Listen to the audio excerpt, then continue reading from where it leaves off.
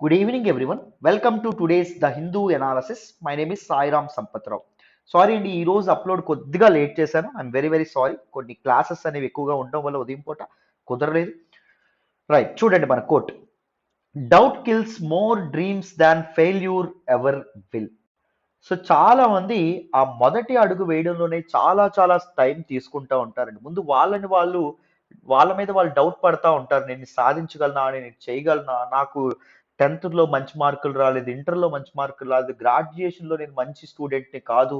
So UPSC లాంటి ఒక పెద్ద గోల్ ఏదైతే ఉంటుందో దాన్ని నేను అచీవ్ చేయగలనా అని చాలా మంది ఆగిపోతా ఉండడం అనేది జరుగుతుంది. సో దాని డౌట్సే ఎక్కువ కళలు ఏవైతే ఉంటాయో వాటిని చంపేస్తాయంట ఓటమి కంటే. ఫెయిల్యూర్ ఏదైతే ఉంటుందో, ఫెయిల్యూర్ ఈజ్ ఓకే. ఫెయిల్యూర్ నుంచి మనం చాలా నేర్చుకుంటాం. కానీ నిన్ను నువ్వు సందేహిస్తూ, నిన్ను నువ్వు డౌట్ పడుతూ ఆ మొదటి అడుగు వేయలేదా, నీ ప్రయాణం అసలు ముందుకే సాగదు. ఎక్కడున్నవాడు అక్కడే ఉంటాం. ఓకేనా? సో అది చెప్పారు. సో హిందూ అనాలిసిస్ లో ఏ ఆర్టికల్స్ అయితే మనం డిస్కస్ చేయబోతున్నాం ఒకసారి మాట్లాడదాం, వినండి. చూడండి అన్న, ఈరోజు ఏ ఆర్టికల్స్ మాట్లాడుతున్నాం ఒకసారి వినండి. The first article is 10.74 lakh birds flock to Chilika lake. Chilika lake ఎక్కడుంది అండ్ దాని యొక్క సిగ్నిఫికెన్స్ ఏంటి, వీటన్నింటి గురించి జాగ్రఫికల్ ఫీచర్స్ ఏంటి అండ్ న్యూస్ లోకి ఏమొచ్చిందో మాట్లాడదాం. సుల్లీ deals, Delhi police want to catch the big fish. So what is this సుల్లీ deals case? No, ముఖ్యంగా this particular social media ఎరాలో women face చేస్తున్నటువంటి ఇష్యూస్ ఏంటి అని మనం మాట్లాడదాం. Lawyer seek enquiry into బుల్లీబాయ్ app. ఈ రెండు గురించి మనం ఒకదానిలోనే మాట్లాడదాం. The Chinese challenge uncovers India fragilities, page number 6 లో ఒక ఇంపార్టెంట్ ఒపెడ్ అనేది రావడం అనేది జరిగింది. దాని గురించి మనం మాట్లాడదాం. The islands of excellence must not be mentioned, page number 6 లోనే ఇంకొక ఒపెడ్ అనేది రావడం అనేది జరిగింది, ఒపీనియన్ ఆర్టికల్. దాని గురించి మనం మాట్లాడదాం. Sri Lanka court freeze 13 Tamil Nadu fishermen. శ్రీలంకకి ఇండియాకి మధ్య ఉన్నటువంటి ఫిషర్మెన్ ఇష్యూ ఏంటి, సో న్యూస్ లోకి ఏమొచ్చిందో మాట్లాడదాం బ్యాక్గ్రౌండ్ తో సహా. Government says 8 lakh EWS income cap, best way forward. So ఇది కంటిన్యూస్ గా మనకు న్యూస్ లోకి రావడం అనేది జరుగుతుంది. సో ఇప్పుడు ఎందుకు ఏంటి న్యూస్ లోకి వచ్చింది, జస్ట్ డెవలప్మెంట్స్ అనేవి మాట్లాడదాం.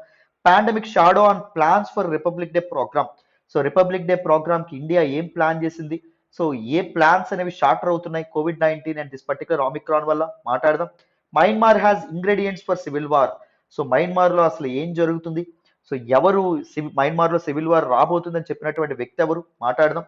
Purchasing managers index December, services activity hits 3 month లో. సో 2 రోజుల ముందు పిఎంఐ మ్యానుఫ్యాక్చరింగ్ సెక్టార్ గురించి వచ్చింది న్యూస్ లోకి, ఇప్పుడు పిఎంఐ సర్వీసెస్ సెక్టార్ గురించి న్యూస్ లోకి రావడం అనేది జరిగింది.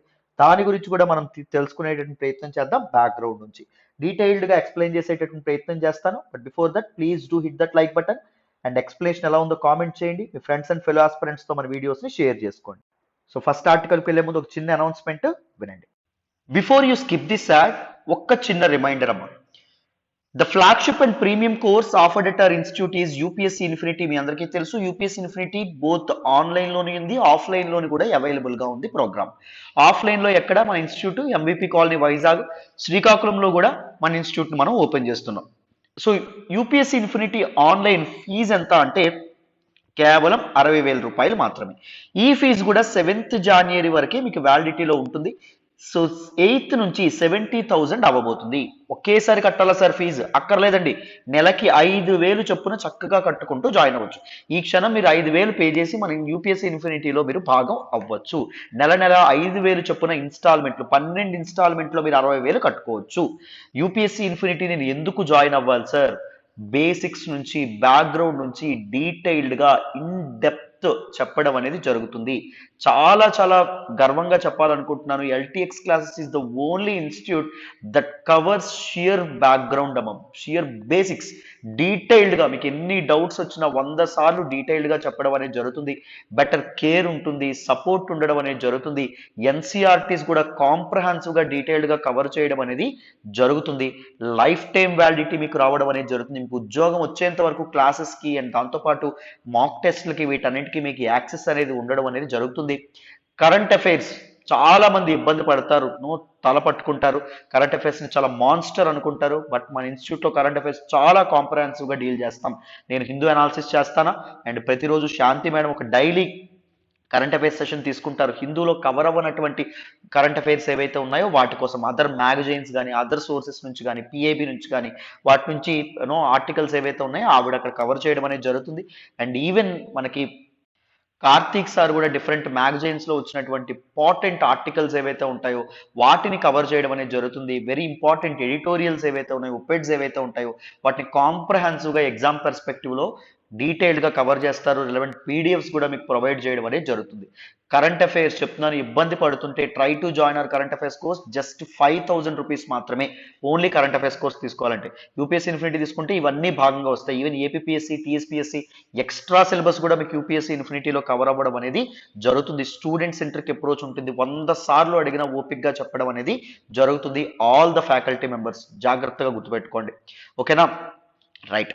ఒక్క మాట చెప్పనా, మన ఇన్స్టిట్యూట్ని మీరు ఏదో ఒక ఇన్స్టిట్యూట్ ఈ తెలుగు రాష్ట్రాల్లో ద బెస్ట్ ఇన్స్టిట్యూట్ అనుకునే ఉంటారు. ఆ ఇన్స్టిట్యూట్ని కంపేర్ చేయండి, టీచింగ్ క్వాలిటీ కంపేర్ చేయండి, ఫీజు కంపేర్ చేయండి, వ్యాలిడిటీ కంపేర్ చేయండి, బెటర్ కేర్ అండ్ సపోర్ట్ ఉందా లేదా కంపేర్ చేయండి, ఎన్ని డౌట్స్ ఉన్నా ఓపిక్గా చెప్తున్నారో లేదో కంపేర్ చేయండి, బేసిక్స్ నుంచి అర్థమయ్యేలా చెప్తున్నారో లేదో కంపేర్ చేయండి, ఇన్ని డెలివరబుల్స్ ఉన్నాయో లేదో కంపేర్ చేయండి. కంపేర్ చేసిన తర్వాతే డెసిషన్ తీసుకోండి.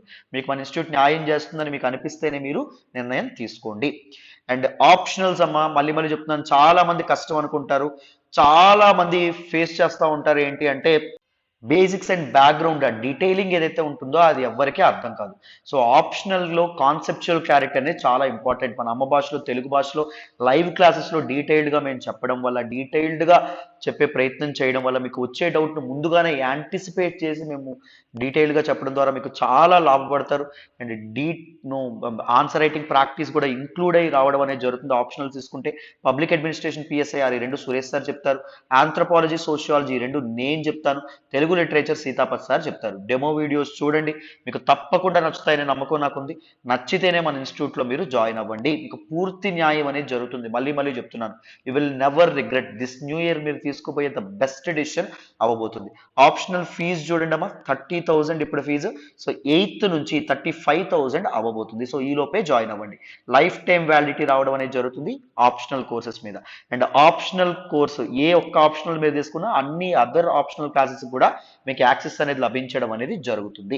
ఓకేనా? ఒకవేళ if you want to change your optionals in the course of time, మీరు వేరే ఆప్షనల్స్ మన ఇన్స్టిట్యూట్లో ఆఫర్ చేసే వేరే ఆప్షనల్స్ కూడా మీరు చక్కగా ఫాలో అవ్వచ్చు. ఆ క్లాసెస్ కూడా మీరు వినొచ్చు. ఓకేనా? అండ్ ఏ ఆప్షనల్ తీసుకోవాలి అని ఆలోచిస్తున్నటువంటి వాళ్ళకి కూడా ఇది ఉపయోగపడడం అనేది జరుగుతుంది. మీరు ఆప్షనల్ ఇన్ఫినిటీ తీసుకుంటే తర్వాత అన్ని ఏ ఆప్షనల్ తర్వాత మీరు కంటిన్యూ అవుతామన్నా దానికి మీ క్లాసెస్కి యాక్సెస్ అనేది ఉండడం అనేది జరుగుతుంది. చక్కగా ప్రయత్నించండి, జాయిన్ అయ్యే ప్రయత్నం చేయండి. అండ్ యూపీఎస్సీ హిస్టరీ అండి, చాలా మంది జాయిన్ అయినటువంటి course, the most loved course in our institute UPSC history. UPSC హిస్టరీలో ancient history, medieval history, modern history, post independence history, world history, art and culture, వీటితో పాటు ద బెస్ట్ నోట్స్ నేను provide చేస్తాను. మనం కథల రూపంలో చెప్పుకుంటాం. మన హిస్టరీ క్లాసెస్ మీరు ఆల్రెడీ విన్నారని అనుకుంటున్నాను. ఒకసారి వీలైతే డెమో వీడియోస్ చూడండి. ఎవరైనా కొత్తగా చూస్తూ ఉంటే మీరు కన్విన్స్ అయితేనే మన టీచింగ్తో చక్కగా జాయిన్ అయ్యే ప్రయత్నం చేయండి.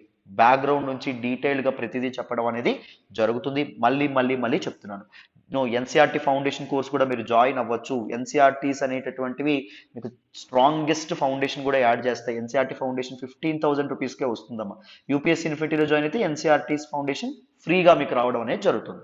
15,000 కూడా మీరు 3 ఇన్స్టాల్మెంట్స్లో కట్టేటటువంటి ఆప్షన్ కూడా ఉంది. లైఫ్ టైం వ్యాలిడిటీ అనేది మీకు రావడం అనేది జరుగుతుంది. సో ఏ కోర్సెస్లో జాయిన్ అవ్వాలనుకుంటున్నా 7893899553 ప్రత్యూష మేడం నెంబర్కి ఫోన్ చేయండి. ఇక్కడ హిస్టరీ అనే కాదు, మీరు ఎకానమీ, సురేష్ సార్ ఎంత బాగా ఎకానమీ చెప్తారో మీకు తెలుసు. జాగ్రఫీ కానీ, లేకపోతే పాలిటీ కానీ, ఎథిక్స్ కానీ, ఎన్విరాన్మెంట్ కానీ, ఏది జాయిన్ అవ్వాలనుకున్న రికార్డెడ్ క్లాసెస్కి జస్ట్ 5,000 రూపీస్ మాత్రమే. చక్కగా జాయిన్ అయ్యే ప్రయత్నం చేయండి. మళ్ళీ మళ్ళీ మళ్ళీ చెప్తున్నాను, నన్ను నమ్మి జాయిన్ అవ్వండి. మీ నమ్మకం అయితే ఒమ్ము కాదు. మీరు న్యూ ఇయర్ తీసుకోబోయే ద బెస్ట్ డెసిషన్ అవ్వబోతుంది. ఓకేనా? రైట్ అమ్మా. మరి హిందూ అనాలిసిస్లోకి వెళ్ళిపోదాం, వినాలి. ఈ రోజు హిందూ అనాలిసిస్లో మనం మాట్లాడుకునే మొదటి ఆర్టికల్ చూడండి అమ్మా. 10.74 lakh birds flock to Chilika lake. Very very important article regarding GS paper 3 అండి. ఎన్విరాన్మెంట్ అండ్ ఎకాలజీలో మనం మాట్లాడుకోవడం అనేది జరుగుతుంది. ఈ ఆర్టికల్ నేను ద హిందూలోని ఢిల్లీ ఎడిషన్లో పేజ్ నెంబర్ 1 నుంచి సెలెక్ట్ చేసుకోవడం అనేది జరిగింది. సో ఈ ఆర్టికల్ నేను ఎక్స్ప్లెయిన్ చేసే ముందు ఒక చిన్న మాట అండి. మన హిందూ అనాలిసిస్ వెనక కానీ మన యూట్యూబ్ ఛానల్లో అప్లోడ్ చేసే అన్ని వీడియోస్ వెనక కానీ చాలా ఎఫర్ట్స్ ఉంటాయి, చాలా టైమ్ ఆఫ్ ప్రిపరేషన్ ఉంటుంది, చాలా హార్డ్ వర్క్ ఉంటుంది. If you really want to acknowledge your efforts, please do hit that big fat like button. Explanation ఎలా ఉందనేది కూడా కామెంట్ చేయండి. మీ ఫ్రెండ్స్ అండ్ ఫెలో ఆస్పిరెంట్స్తో కూడా మన వీడియోస్ని షేర్ చేసుకునేటటువంటి ప్రయత్నం చేయండి. ఇంకా ఎవరైనా సబ్స్క్రైబ్ చేసుకోకపోతే సబ్స్క్రైబ్ చేసుకోండి ఫర్ క్వాలిటీ లెర్నింగ్. ఓకేనా? రైట్. సో ఫస్ట్ మనం ఈ చిలికా లేక్ అనేటటువంటిది ఎక్కడుంది అని ప్రిమ్స్ పర్స్పెక్టివ్ లో కొన్ని ఫ్యాక్ట్స్ ఏవైతే ఉన్నాయో ఫ్యాక్ట్స్ తెలుసుకునేటటువంటి ప్రయత్నం చేద్దాం. తర్వాత రామ్సార్ సైట్స్ ఏవైతే ఉన్నాయో, అసలు ఈ రామ్సార్ సైట్స్ అంటే ఏంటి, ఈ రామ్సార్ సైట్స్ ఇండియాలో ఎన్ని ఉన్నాయి ఏంటి అని చెప్పి డీటెయిల్ గా తెలుసుకునేటటువంటి ప్రయత్నం చేద్దాం. మీకు ఈజీగా అర్థమవుతుంది దిస్ పర్టికులర్ ఆర్టికల్. చాలా విషయాలు మనం నేర్చుకుంటాం, జాగ్రత్తగా వినండి. చూడండి అన్న, మరి ఈ చిలికా లేక్ ఎక్కడుంది? It is of the Coast of state of Odisha. Odisha తీరంలో ఇది ఉండడం అనేది జరిగింది, right. And it is considered as Asia ఖండం యొక్క లార్జెస్ట్ అండ్ వరల్డ్స్, ప్రపంచంలోనే సెకండ్ లార్జెస్ట్, రెండవ అతిపెద్ద బ్రాకిష్ వాటర్ లగూన్. గుర్తుపెట్టుకోండి, ఈ పదాలు గుర్తుపెట్టుకోవాలి. బ్రాకిష్ వాటర్ అంటే ఏంటి sir? The water that is neither saline in nature and Nar fresh water, right. So ఏ నీటిలో అయితే సముద్రపు నీరుకున్నంత సెలనిటీ అనేటటువంటిది అంత ఉప్పగా ఉండదు, అండ్ దాంతోపాటు ఫ్రెష్ వాటర్ లాగా కూడా ఉండదు, లైట్ గా ఉప్పదనం అనేటటువంటిది ఉండడం అనేది జరుగుతుంది, రైట్. గుర్తుపెట్టుకోండి. అండ్ లగూన్ అంటే ఏంటి sir? Lagoon is actually shallow body of water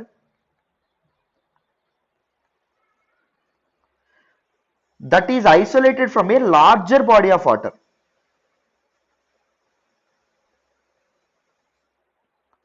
ఒక లార్జర్ బాడీ ఆఫ్ వాటర్ నుంచి ఐసోలేట్ అయినటువంటి ఒక చిన్న బ్యారియర్ ఐలాండ్ కానీ, బ్యారియర్ పెనిన్సులా కానీ, ఇస్తమస్ కానీ, రీఫ్స్ ద్వారా ఐసోలేట్ అయినటువంటి, డివైడ్ అయినటువంటి ఒక షాలో బాడీ ఆఫ్ వాటర్ ఏదైతే ఉంటుందో దాన్ని ఏమని చెప్తాం మనం? లగూన్ అనేటటువంటి పేరుతో పిలవడం అనేది జరుగుతుంది.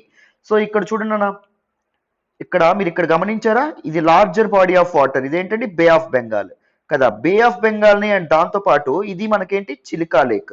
ఈ రెండింటిని విడదీసేటటువంటిది ఒక ఇది చిన్న ఒక ఐసోలేట్ చిన్న రీఫ్ లాగా ఉండడం అనేది జరిగిందా లేదా? సో దీనికి దానికి ఐసోలేషన్ అనేది ఉందా లేదా?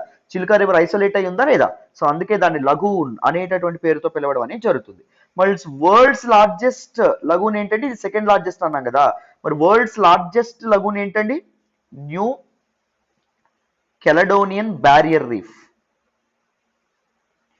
నాకు ఇప్పుడు ఈ న్యూ కెనడోనియన్ బ్యారియర్ రీఫ్ అనేటటువంటిది ఎక్కడుందో కామెంట్ బాక్స్ లో తెలియజేసి చెప్పాలి. ఎంతవరకు కరెక్ట్ గా చెప్తారో చూద్దాం, right. And this particular Chilika lake ఏదైతే ఉంటుందో it has been considered as and it has been designated as a Ramsar site అండి. సో రామ్సార్ ఒప్పందం, రామ్సార్ అనేటటువంటిది ఇరాన్ లో ఉన్నటువంటి ఒక నగరం. 1971 ఫిబ్రవరి 2న ఈ రామ్సార్ అగ్రిమెంట్ ఏదైతే ఉంటుందో, కన్వెన్షన్ ఏదైతే ఉంటుందో అది సైన్ చేయడం అనేది జరిగింది డిఫరెంట్ కంట్రీస్. ఎందుకు? On the convention on the conservation of wetlands ఏవైతే ఉన్నాయో వెట్లాండ్స్ ని కన్జర్వ్ చేయాలి అని ఒక కామన్ గ్రౌండ్ కి రావడం అనేది జరిగింది. అందరూ కలిపి ఒక అగ్రిమెంట్ అనేది సైన్ చేయడం అనేది జరిగింది.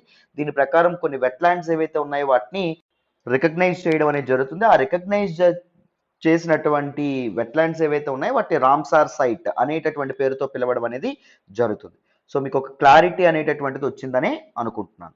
And this particular Chilika lake was declared as the first Ramsar convention wetland of international importance in India. ఇండియాలోనే ఫస్ట్ రామ్సార్ సైట్ ఏంటండి? దిస్ పర్టిక్యులర్ చిలికా రివర్ ఏదైతే ఉంటుందో, చిలికా రివర్ ఎప్పుడంటే దానికి డిజిగ్నేషన్ అనేది రావడం అనేది జరిగింది 1981. రామ్సార్ అగ్రిమెంట్ ఏది కన్వెన్షన్ ఏదైతే ఉంటుందో అది సైన్ అయినటువంటి 10 సంవత్సరాలకి దానికి ఆ రికగ్నిషన్ అనేది రావడం అనేది జరిగింది.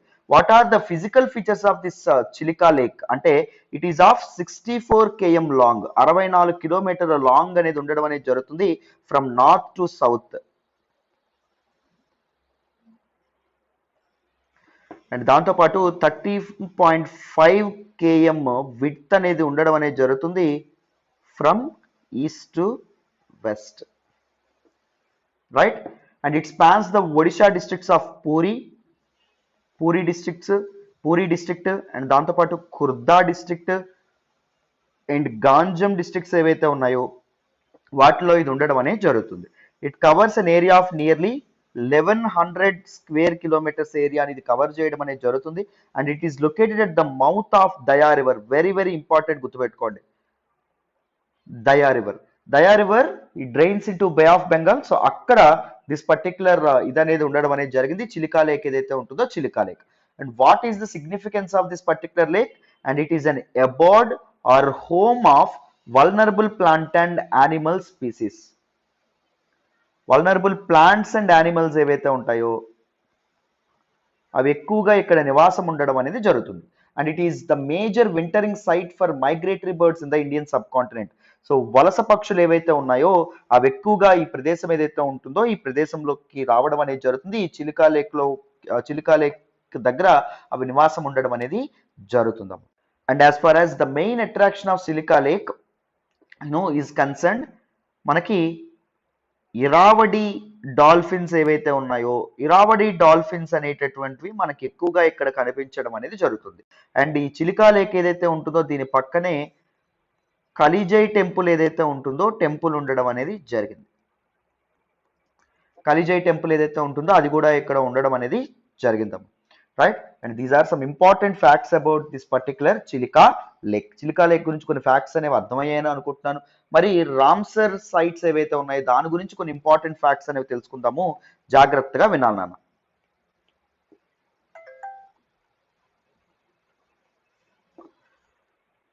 So actually Ramsar Convention on Wetlands is an international treaty for what? What is the objective? Conservation and sustainable use of wetlands.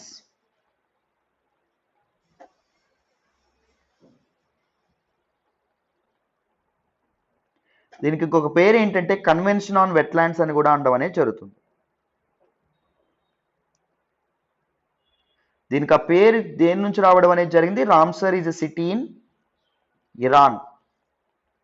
So ఇరాన్లో దిస్ పర్టికులర్ కన్వెన్షన్ అనేది సైన్ అవ్వడం అనేది జరిగింది. ఎప్పుడండి? 2 ఫిబ్రవరి 1971లో సైన్ చేయడం అనేది జరిగింది. సో ప్రతి సంవత్సరం 2 ఫిబ్రవరి ఏదైతే ఉంటుందో దాన్ని వరల్డ్ వెట్లాండ్స్ డేగా సెలబ్రేట్ చేసుకోవడం అనేది జరుగుతుంది. So present the number of parties to this convention, Ramsar convention sign చేసినటువంటి పార్టీస్ మొత్తం ఎంతమంది అంటే 171 మంది అండి, as of May 2021. Right. So ఇది మనకి చెప్పడం అనేది జరిగింది. మరి వాట్ ఎగ్జాక్ట్ రామ్సర్ కన్వెన్షన్ అంటే అర్థమైంది. రామ్సర్ సైట్ అంటే ఏంటండి? If a country accedes to this convention, ఏదైనా కంట్రీ ఈ కన్వెన్షన్ ని సైన్ చేస్తే it must designate at least 1 wetland. So తన దేశంలో ఉన్నటువంటి వెట్లాండ్స్ లో ఒక్క వెట్లాండ్ అయినా ఎలా గుర్తించాలి? వెట్లాండ్ ఆఫ్ ఇంటర్నేషనల్ ఇంపార్టెన్స్ గా ఆ కంట్రీ అనేటటువంటిది గుర్తించాలి. The inclusion of a Ramsar site in the list embodies the government's commitment. ఇప్పుడు ఇండియన్ గవర్నమెంట్ ఒక పర్టికులర్ సైట్ ని యాడ్ చేస్తుందని చెప్పింది అనుకోండి, అప్పుడు గవర్నమెంట్ ఏం చేస్తుంది? తన కమిట్మెంట్ ఏదైతే ఉంటుందో అది తెలుపుతున్నట్టు. ఎందు గురించి? దస్ వెట్లాండ్ ఏదైతే ఉంటుందో దాని కన్జర్వేషన్ గురించి నెసరీ స్టెప్స్ నేను తీసుకుంటాను అని చెప్పి. అర్థమైందా? So there are over 2400 Ramsar sites all over the world and which cover 2.5 million square kilometers of territory ని కవర్ చేయడం అనేది జరుగుతుందమ్మా. మొత్తం 171 పార్టీస్ అనేవి ఉండడం అనేది జరిగింది. నేను ఆల్రెడీ దీన్ని చెప్పడం అనేది జరిగింది. And the world's first site which to be recognised as Ramsar site was Cobourg peninsula. Cobourg peninsula is in Australia. ఎప్పుడండి దీన్ని డిజిగ్నేట్ చేశారు? 1974లో, 1974లో. And countries with the most Ramsar sites, Ramsar sites ఎక్కువగా ఉన్నటువంటి కంట్రీ ఏంటి? ఇలాంటివి prelims లో వస్తాయండి, అర్థమైంది, అందుకే చెప్తున్నాను. యునైటెడ్ కింగ్డమ్ మొత్తం 175 ఉండడం అనేది జరిగింది. సెకండ్ది ఏంటండి? మెక్సికో.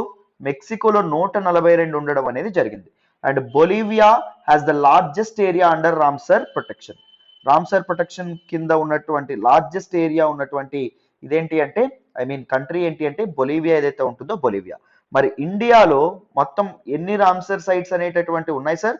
41 ఉండడం అనేది జరిగింది యాజ్ ఆఫ్ నవంబర్ 2021 నాటికి. మరి ఇండియాలో ఏ స్టేట్ లో ఎక్కువ రామ్సర్ సైట్స్ ఏవైతే ఉన్నాయో ఉండడం అనేది జరిగింది? ఉత్తరప్రదేశ్లో మొత్తం 8 ఉండడం అనేది జరిగింది. తర్వాత స్టేట్ ఏంటంటే పంజాబ్లో ఎన్ని ఉన్నాయి? 6 ఉండడం అనేది జరిగింది.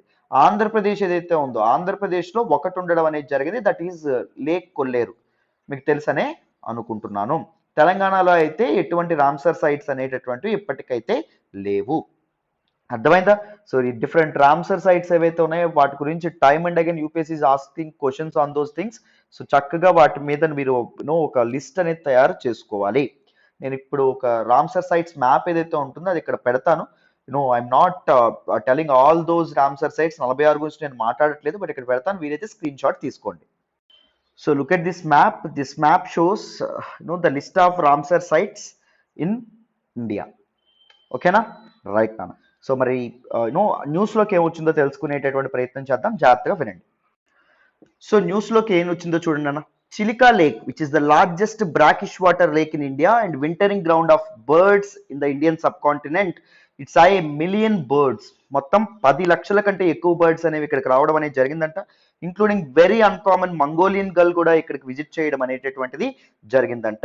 As per the water bird status survey of 2022, దీన్ని ఎవరండి ఈ సర్వేని సెన్సస్ అనేది ఇచ్చేశారు అంటే Odisha State Wildlife Organisation, the Chilika Development Authority and the Bombay Natural History Society వాళ్ళు దీన్ని ఈ సర్వే అనేది కండక్ట్ చేయడం అనేది జరిగింది. దానిలో మొత్తం 10,74,173 వాటర్ బర్డ్స్ ఏవైతే ఉన్నాయో, which is from 107 species and 37,953 individuals ఏవైతే ఉన్నాయో, those are 76 wetland dependent species, అవి కౌంట్ అవ్వడం అనేది జరిగిందంట ఇన్ ద ఎంటైర్ లగూన్ అంటే నేను ఆల్రెడీ చెప్పడం అనేది జరిగింది. It is a shallow water body that is isolated from a large water body with a reef అని చెప్పి మనం చెప్పుకోవడం అనేది జరిగింది. So last year the count of చిలికాలో మొత్తం 12 lakhs అనేవి రావడం అనేది జరిగిందంటండి. అర్థమైందా? అండ్ దిస్ పర్టికులర్ సర్వే కోసం ద టోటల్ లగూన్ ఏదైతే ఉంటుందో, చిలికా లేక్ ఏదైతే ఉంటుందో దాన్ని స్ట్రాటజికల్ గా 21 సెగ్మెంట్స్ గా విడదీయడం అనేది జరిగింది అనే విధంగా చెప్పారమ్మా. A total of 3,58,889 birds were counted in Nalabada Bird Sanctuary, a decrease by 65,899 from the previous year.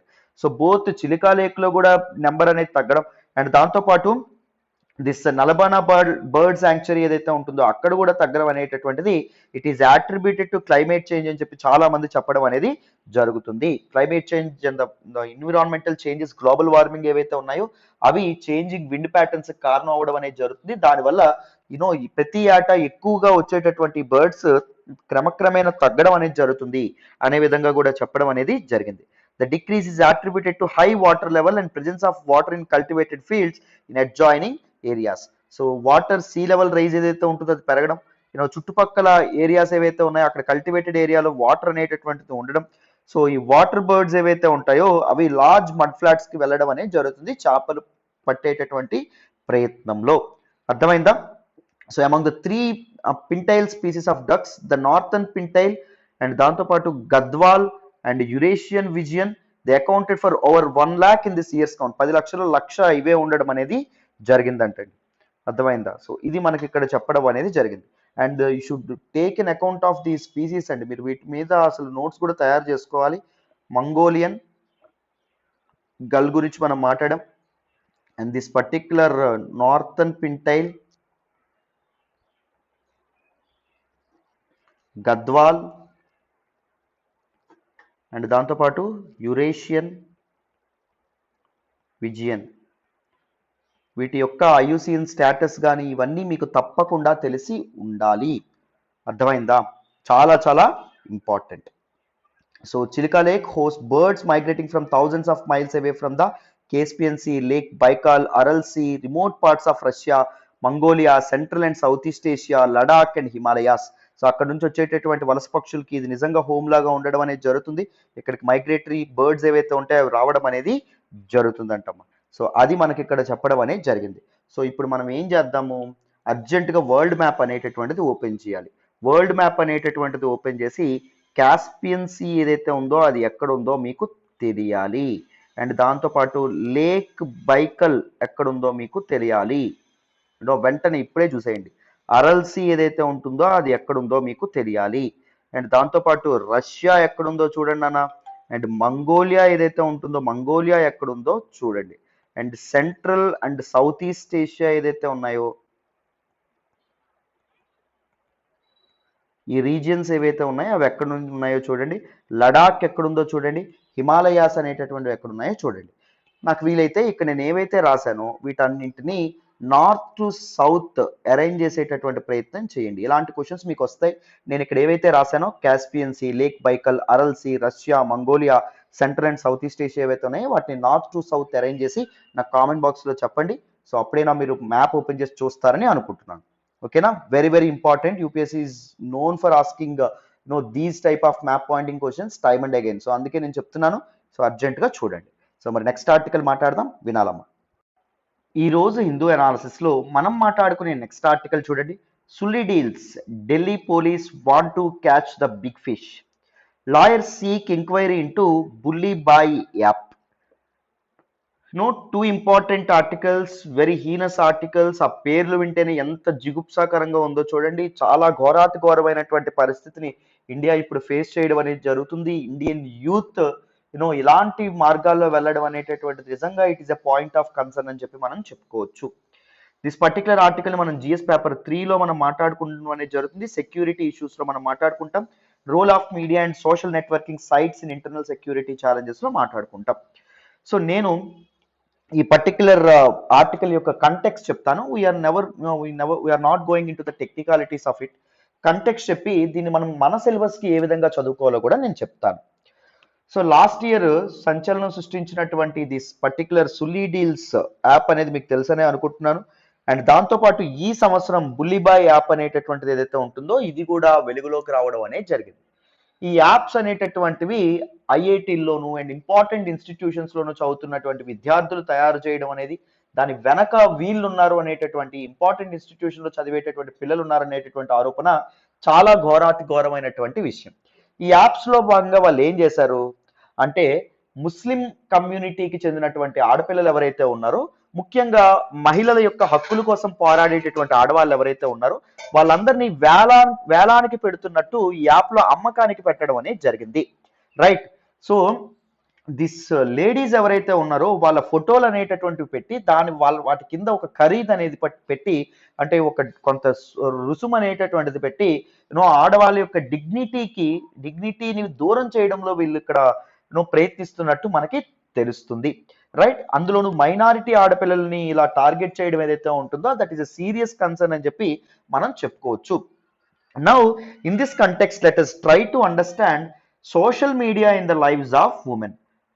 So ఆడవాళ్ళ యొక్క జీవితాల్లో సోషల్ మీడియా యొక్క పాత్ర ఏంటి అనేటటువంటిది మనం తెలుసుకుందాం. జాగ్రత్తగా వింటే క్లియర్గా మీకు ఈ ఆర్టికల్ని ఎక్స్ప్లెయిన్ చేసేటటువంటి ప్రయత్నం చేస్తాను. జాగ్రత్తగా వినండి అమ్మా. సో మొదటిగా దిస్ ఏజ్ టుడేస్ ఎరా is the era of social media అనడంలో అతిశయోక్తి లేదని మీ అందరికీ తెలుసు. రైట్. సో మన జీవితాల్లో సోషల్ మీడియా అనేది విడదీయలేనటువంటి విధంగా అయిపోవడం అనేది జరిగింది.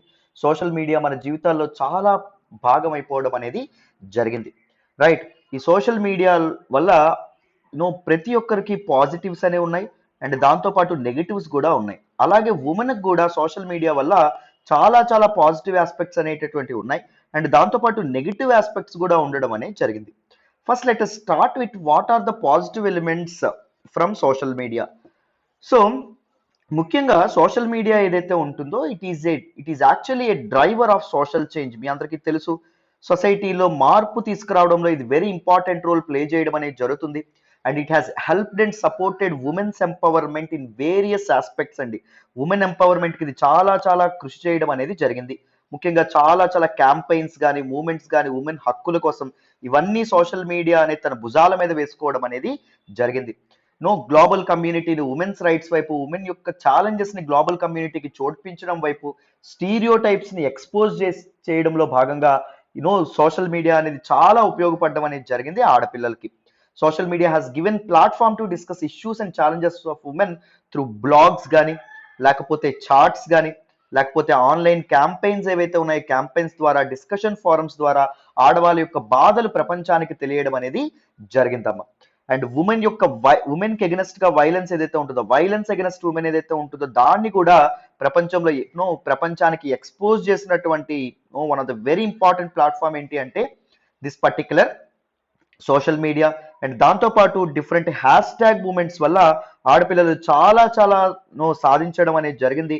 చాలా చాలా మార్పు ఏదైతే ఉంటుందో ప్రజల్లో చైతన్యం తీసుకొచ్చేటటువంటి ప్రయత్నం కూడా తీసుకురావడం అనేది జరగడం అనేది జరిగింది.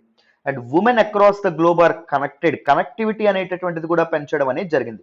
ముఖ్యంగా ఉమెన్ లో ఉండేటటువంటి లా మేకర్స్ కానీ, పొలిటీషియన్స్ కానీ, బిజినెస్ ఓనర్స్ కానీ, వీళ్ళందరూ కలిసికట్టుగా ఒక ఒక ఒక ప్లాట్ఫామ్ లో ఉండడం వల్ల అందరూ కలిసి ఉమెన్ ఎంపవర్మెంట్ కోసం, జెండర్ ఈక్వాలిటీ కోసం పోరాడడం అనేది జరిగింది. ఎగ్జాంపుల్ కి మనం చూసుకుంటే మీ టూ మూవ్మెంట్ ఏదైతే ఉంటుందో, మీ టూ మూవ్మెంట్ హ్యాష్ ట్యాగ్ మీ టూ మూవ్మెంట్ అనేది పెట్టారు తెలుసా. అండ్ దాంతో పాటు hash tag selfie with daughter movement ఏదైతే ఉంటుందో అది, అంటే ఉమెన్ యొక్క ఇంపార్టెన్స్ ఏదైతే ఉంటుందో అది తెలియపరచడానికి దిస్ పర్టికులర్ మూవ్మెంట్ ఏదైతే ఉంటుందో అది కూడా తీసుకురావడం అనేది జరిగింది. Tweeters hash tag function in particular allowed women to easily follow issues that matter to them and forge coalitions based upon shared concerns. No, ఒకే బాధలతో ఇబ్బంది పడుతున్నటువంటి వాళ్ళు ఎవరైతే ఉన్నారో, షేడ్ కన్సర్న్స్, షేడ్ ఛాలెంజెస్ ఇబ్బంది పడుతున్న వాళ్ళందరూ కనెక్ట్ అవ్వడానికి అదొక మంచి ఛాలెంజ్ గా ఉండడం అనేది జరిగింది. Now let us look at the negative aspects and challenges faced by women on social media.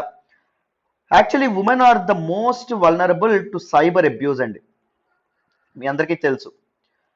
So internet లో జరుగుతున్నటువంటి అబ్యూస్ కానీ, ట్రోలింగ్ కి ఉమెన్ ఆర్ మోస్ట్ వల్నరబుల్ అని చెప్పి మనం చెప్పుకోవచ్చు. They are very vulnerable to this online harassment.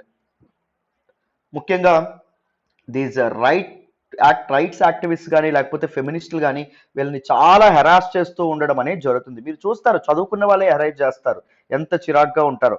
So ఇప్పుడు women unions ఏవైతే ఉన్నాయి, ఫెమినిస్ట్ యూనియన్స్ కి సంబంధించినటువంటి నాయకురాలు ఎవరైతే ఉన్నారో వాళ్ళ గురించి మన ఇంట్లో ఆడవాళ్ళని కూడా మర్చిపోయి, మన ఇంట్లో కూడా ఆడవాళ్ళు ఉన్నారనే ఫ్యాక్ట్ ని మర్చిపోయి చాలా ఘోరాతి ఘోరంగా మాట్లాడడం అనేది జరుగుతూ ఉంటది, రైట్. అండ్ రీసెంట్ ఎగ్జాంపుల్ ఊ అంటావా సాంగ్ ఇష్యూలో సమంత మీద ఎంత ట్రోలింగ్ అనేది జరిగిందో, అండ్ ఉమెన్ రైట్స్ గురించి మాట్లాడేటటువంటి క్రమంలో చిన్మయి మీద ఎలాంటి ట్రోలింగ్ అనేది జరుగుతూ ఉందో, ఇప్పటికీ ఎంత అబ్యూజ్ అనేది జరుగుతూ ఉందో, వాళ్ళు ఎంత ఆన్లైన్ హెరాస్మెంట్ ట్రోలింగ్ ఫేస్ చేస్తున్నారో మీ అందరికీ తెలుసు. ఈవెన్ చదువుకున్న వాళ్ళు కూడా అలా చేయడం అనేది జరుగుతుంది, right. And increased attention of women in social media often makes them target of repressive activities. ముఖ్యంగా ఆడవాళ్ళు కూడా సోషల్ మీడియాని ఎప్పుడైతే వాడడం అనేది మొదలు పెట్టారో, సోషల్ మీడియా వేదిక, బికాజ్ ఎనానిమిటీ అనేటటువంటిది ఉంటుంది కాబట్టి, ఎవరు అంటారో తెలియదు కాబట్టి ఏం చేస్తున్నారు, సోషల్ మీడియా వేదికగా వాళ్ళని హెరాస్ చేయడం అనేది జరుగుతుంది. And it is very difficult to trace offenders. Offender tracing ఏదైతే ఉంటుందో అది చాలా టఫ్ గా మారడం వల్ల కూడా దీస్ పర్పట్రేటర్స్ ఎవరైతే ఉన్నారో, దీస్ పీపుల్ ఎవరైతే ఉన్నారో వాళ్ళు ఉమెన్ హెరాస్ చేయడం అనేది జరుగుతుందమ్మా. Even there is strict complexity and inaccessibility in justice delivery mechanism. Justice delivery mechanism ఏదైతే ఉంటుందో అది కూడా చాలా చాలా కాంప్లెక్స్ గా ఉండడం అనేది జరిగింది. యూనో, ఎవరు తప్పు చేశారని తెలుసుకోవడం ఏదైతే ఉంటుందో దానికే చాలా సమయం పట్టడం అనేది జరుగుతుంది. కాంప్లెక్స్ ప్రాసెస్ అనేది ఉండడం అనేది జరుగుతుందమ్మా. And these social media platforms ఏవైతే ఉన్నాయో వీటిని ఉపయోగించుకొని ఎవరైతే ఉమెన్ యొక్క రైట్స్ ఏవైతే ఉన్నాయో, హక్కులు ఏవైతే ఉన్నాయో వాటి కోసం పోరాటం అనేది చేస్తున్నారో, ఎవరైతే సొసైటీలో ఉన్నటువంటి మీసోజైనిస్టిక్, అంటే ఉమెన్ అంటే నచ్చకపోవడం, హ్యాట్రెడ్ టువర్డ్స్ ఉమెన్, సో అలాంటి సోషల్ నార్మ్స్ ఏవైతే ఉంటాయో వాటిని ఎవరైతే బ్రేక్ చేస్తున్నారో వాళ్ళని కంప్లీట్ గా చాలా వరకు అటాక్ చేయడం అనేది జరుగుతుంది. ఆన్లైన్ ట్రోలింగ్ ఏదైతే ఉంటుందో it is also one of the very important issue అండి. It is now going beyond the digital drum leading to cases like suicides. Online trolling వల్ల చాలా మంది చనిపోవడం కూడా జరుగుతుంది. ఇంటర్నేషనల్ సర్వేస్ ఏం చెప్తున్నాయంటే 20% of women being harassed offline believed that those attacks were connected to online abuse they receive. So 20% of women, మొత్తం 100 మంది ఆడవాళ్ళు హెరాస్మెంట్ కి గురవుతుంటే అందులో 20% ఉమెన్ మేము ఆన్లైన్ లోనే హెరాస్మెంట్ కి గురవుతున్నాము అని చెప్పడం అనేది జరిగింది. సో ఉమెన్ యొక్క రెప్యుటేషన్ అనేటటువంటిది భంగపరచడానికి ఫేక్ ప్రొఫైల్స్ ఏవైతే ఉన్నాయో వాటిని కూడా క్రియేట్ చేయడం అనేది జరుగుతుంది. అండ్ స్టాక్ చేస్తూ ఉంటారు ఆడపిల్లలు ఎవరైతే ఉంటారో, ఆడపిల్లలు ఆన్లైన్ స్టాకింగ్ అని చెప్పి కూడా అనడం అనేది జరుగుతుంది, రైట్. సో దీని ద్వారా ఏం చేస్తారు అంటే ఆడవాళ్ళు వెనక పడడం అనేది జరుగుతుంది, హేట్ స్పీచ్ అనేది ఉంటుంది, బాడీ షేమింగ్ చేస్తారు, ఇలాంటి చాలా చాలా విషయాల వల్ల చాలా మంది ఆడపిల్లలు ఇబ్బందులు గురవ్వడం అనేది జరుగుతుందమ్మ. సో గవర్నమెంట్ అనేటటువంటిది చాలా మెజర్స్ అనేటటువంటి తీసుకోవాల్సినటువంటి అవసరం ఉంది. So what should be the way forward? Government ఎలాంటి నిర్ణయాలు అనేవి తీసుకోవాలి చూడండి నాన్న. First the national cyber crime reporting portal ఏదైతే ఉంటుందో, సైబర్ క్రైమ్ రిపోర్టింగ్ పోర్టల్ ఏదైతే ఉంటుందో it shall be designated as the national portal under reporting requirements in the POCSO act. POCSO act కంటూ సెపరేట్ కేసెస్ రిపోర్ట్ చేయడానికి separate ఒక portal అనేటటువంటిది ఉండాలి. And central government ఏదైతే ఉంటుందో ఇట్ షుడ్ బి ఎంపవర్డ్. ఎందుకంటే లా అండ్ ఆర్డర్ ఎవరి కింద వస్తుంది, స్టేట్స్ కింద వస్తుంది. సో కేంద్ర ప్రభుత్వం కూడా ఏం చేయాలి, ఒక డిజిగ్నేటెడ్ అథారిటీ కానీ లేకపోతే బ్లాకింగ్ కానీ ఏర్పాటు చేయాలి to eradicate child abuse and these online harassments on women. And law enforcement agencies ఏవైతే ఉన్నాయో, పోలీసులు కానీ వీళ్ళందరూ ఏం చేయాలి, తప్పకుండా చిత్తశుద్ధితో పనిచేయాలి. The should be permitted to break end to end encryption to trace distributors of child pornography, women pornography, fake profiles తయారు చేస్తున్నటువంటి వాళ్ళు ఎవరైతే ఉన్నారో వాళ్ళని పట్టుకోవడానికి వాళ్ళకి పూర్తి రైట్స్ ఏవైతే ఉంటాయో వాటిని ఇవ్వాలి. ఆర్టిఫిషియల్ ఇంటెలిజెన్స్ అండ్ దాంతోపాటు మిషన్ లెర్నింగ్ ఇలాంటి మోడర్న్ టెక్నాలజీస్ ఏవైతే ఉన్నాయో, సరికొత్త సాంకేతికతలు ఏవైతే ఉంటాయో, సాంకేతిక పరిజ్ఞానం ఏదైతే ఉంటుందో దాన్ని కూడా వాడాలి. ఇంటర్నెట్ ఆఫ్ థింగ్స్ ఏవైతే ఉన్నాయో ఇలాంటివి కూడా వాడేటటువంటి ప్రయత్నం చేయాలి. అండ్ మొబైల్ అప్లికేషన్స్ డెవలప్ చేయాలి. ఎందుకంటే వాళ్ళ ఎవరైతే సైబర్ బులియింగ్ ఎదుర్కొంటున్నారో వాళ్ళ పేరెంట్స్ ఎవరైతే ఉంటారో వాళ్ళని అలారం చేయడానికి మాల్వేర్ అటాక్స్ ఏవైతే జరుగుతున్నాయో, ఫోన్ హ్యాక్ చేసేటటువంటి మాల్వేర్ అటాక్స్ ఏవైతే జరుగుతున్నాయో వాటికి అడ్డుకట్ట అనేటటువంటిది వేయాలి. సో టోటల్గా గవర్నమెంట్స్ అండ్ దాంతోపాటు సివిల్ సొసైటీ గ్రూప్స్, పేరెంట్స్ వీళ్ళందరూ కలిపి ఆడవాళ్ళ మీద జరుగుతున్నటువంటి ఈ అటాక్స్ ఏవైతే ఉన్నాయో, ఈ ట్రోలింగ్ ఏదైతే ఉంటుందో దాన్ని ఆపడానికి ప్రయత్నించాలండి. ఎన్ఫోర్స్మెంట్ ఏజెన్సీస్ ఏవైతే ఉన్నాయో, గవర్నమెంట్ మిషనరీ ఏదైతే ఉంటుందో అది కూడా చిత్తశుద్ధితో ప్రయత్నాలు అనేవి జరపాలి. మన ఇంట్లో ఆడపిల్లకి ఏమైనా ఇబ్బంది అయితే మనం ఎంత రియాక్ట్ అవుతామో అలాగే రియాక్ట్ అయ్యేటటువంటి ప్రయత్నం చేయాలి. రైట్, ఇది మనకి ఇక్కడ చెప్పడం అనేది జరిగింది. So this is all about this particular article. మరి నెక్స్ట్ ఆర్టికల్ మాట్లాడదాం, వినండి అన్న. ఈ రోజు హిందూ అనాలిసిస్ లో మనం మాట్లాడుకునే నెక్స్ట్ ఆర్టికల్ చూడండి అమ్మా. The Chinese challenge uncovers India's fragilities. Very important article regarding GS paper 2 international relations లో, ఇండియా అండ్ ఇట్స్ నైబర్హుడ్ లో, ఇండియా చైనా రిలేషన్స్ లో మనం మాట్లాడుకోవడం అనేది జరుగుతుంది. డీటెయిల్డ్ గా దిస్ పర్టికులర్ ఆర్టికల్ ని డిస్కస్ చేసేటటువంటి ప్రయత్నం చేద్దాం. మనం ఆల్రెడీ ఇండియా చైనా మధ్య జరిగినటువంటి కాన్ఫ్లిక్ట్స్ గురించి రీసెంట్ గా చాలా సార్లు మనం మాట్లాడుకున్నాం.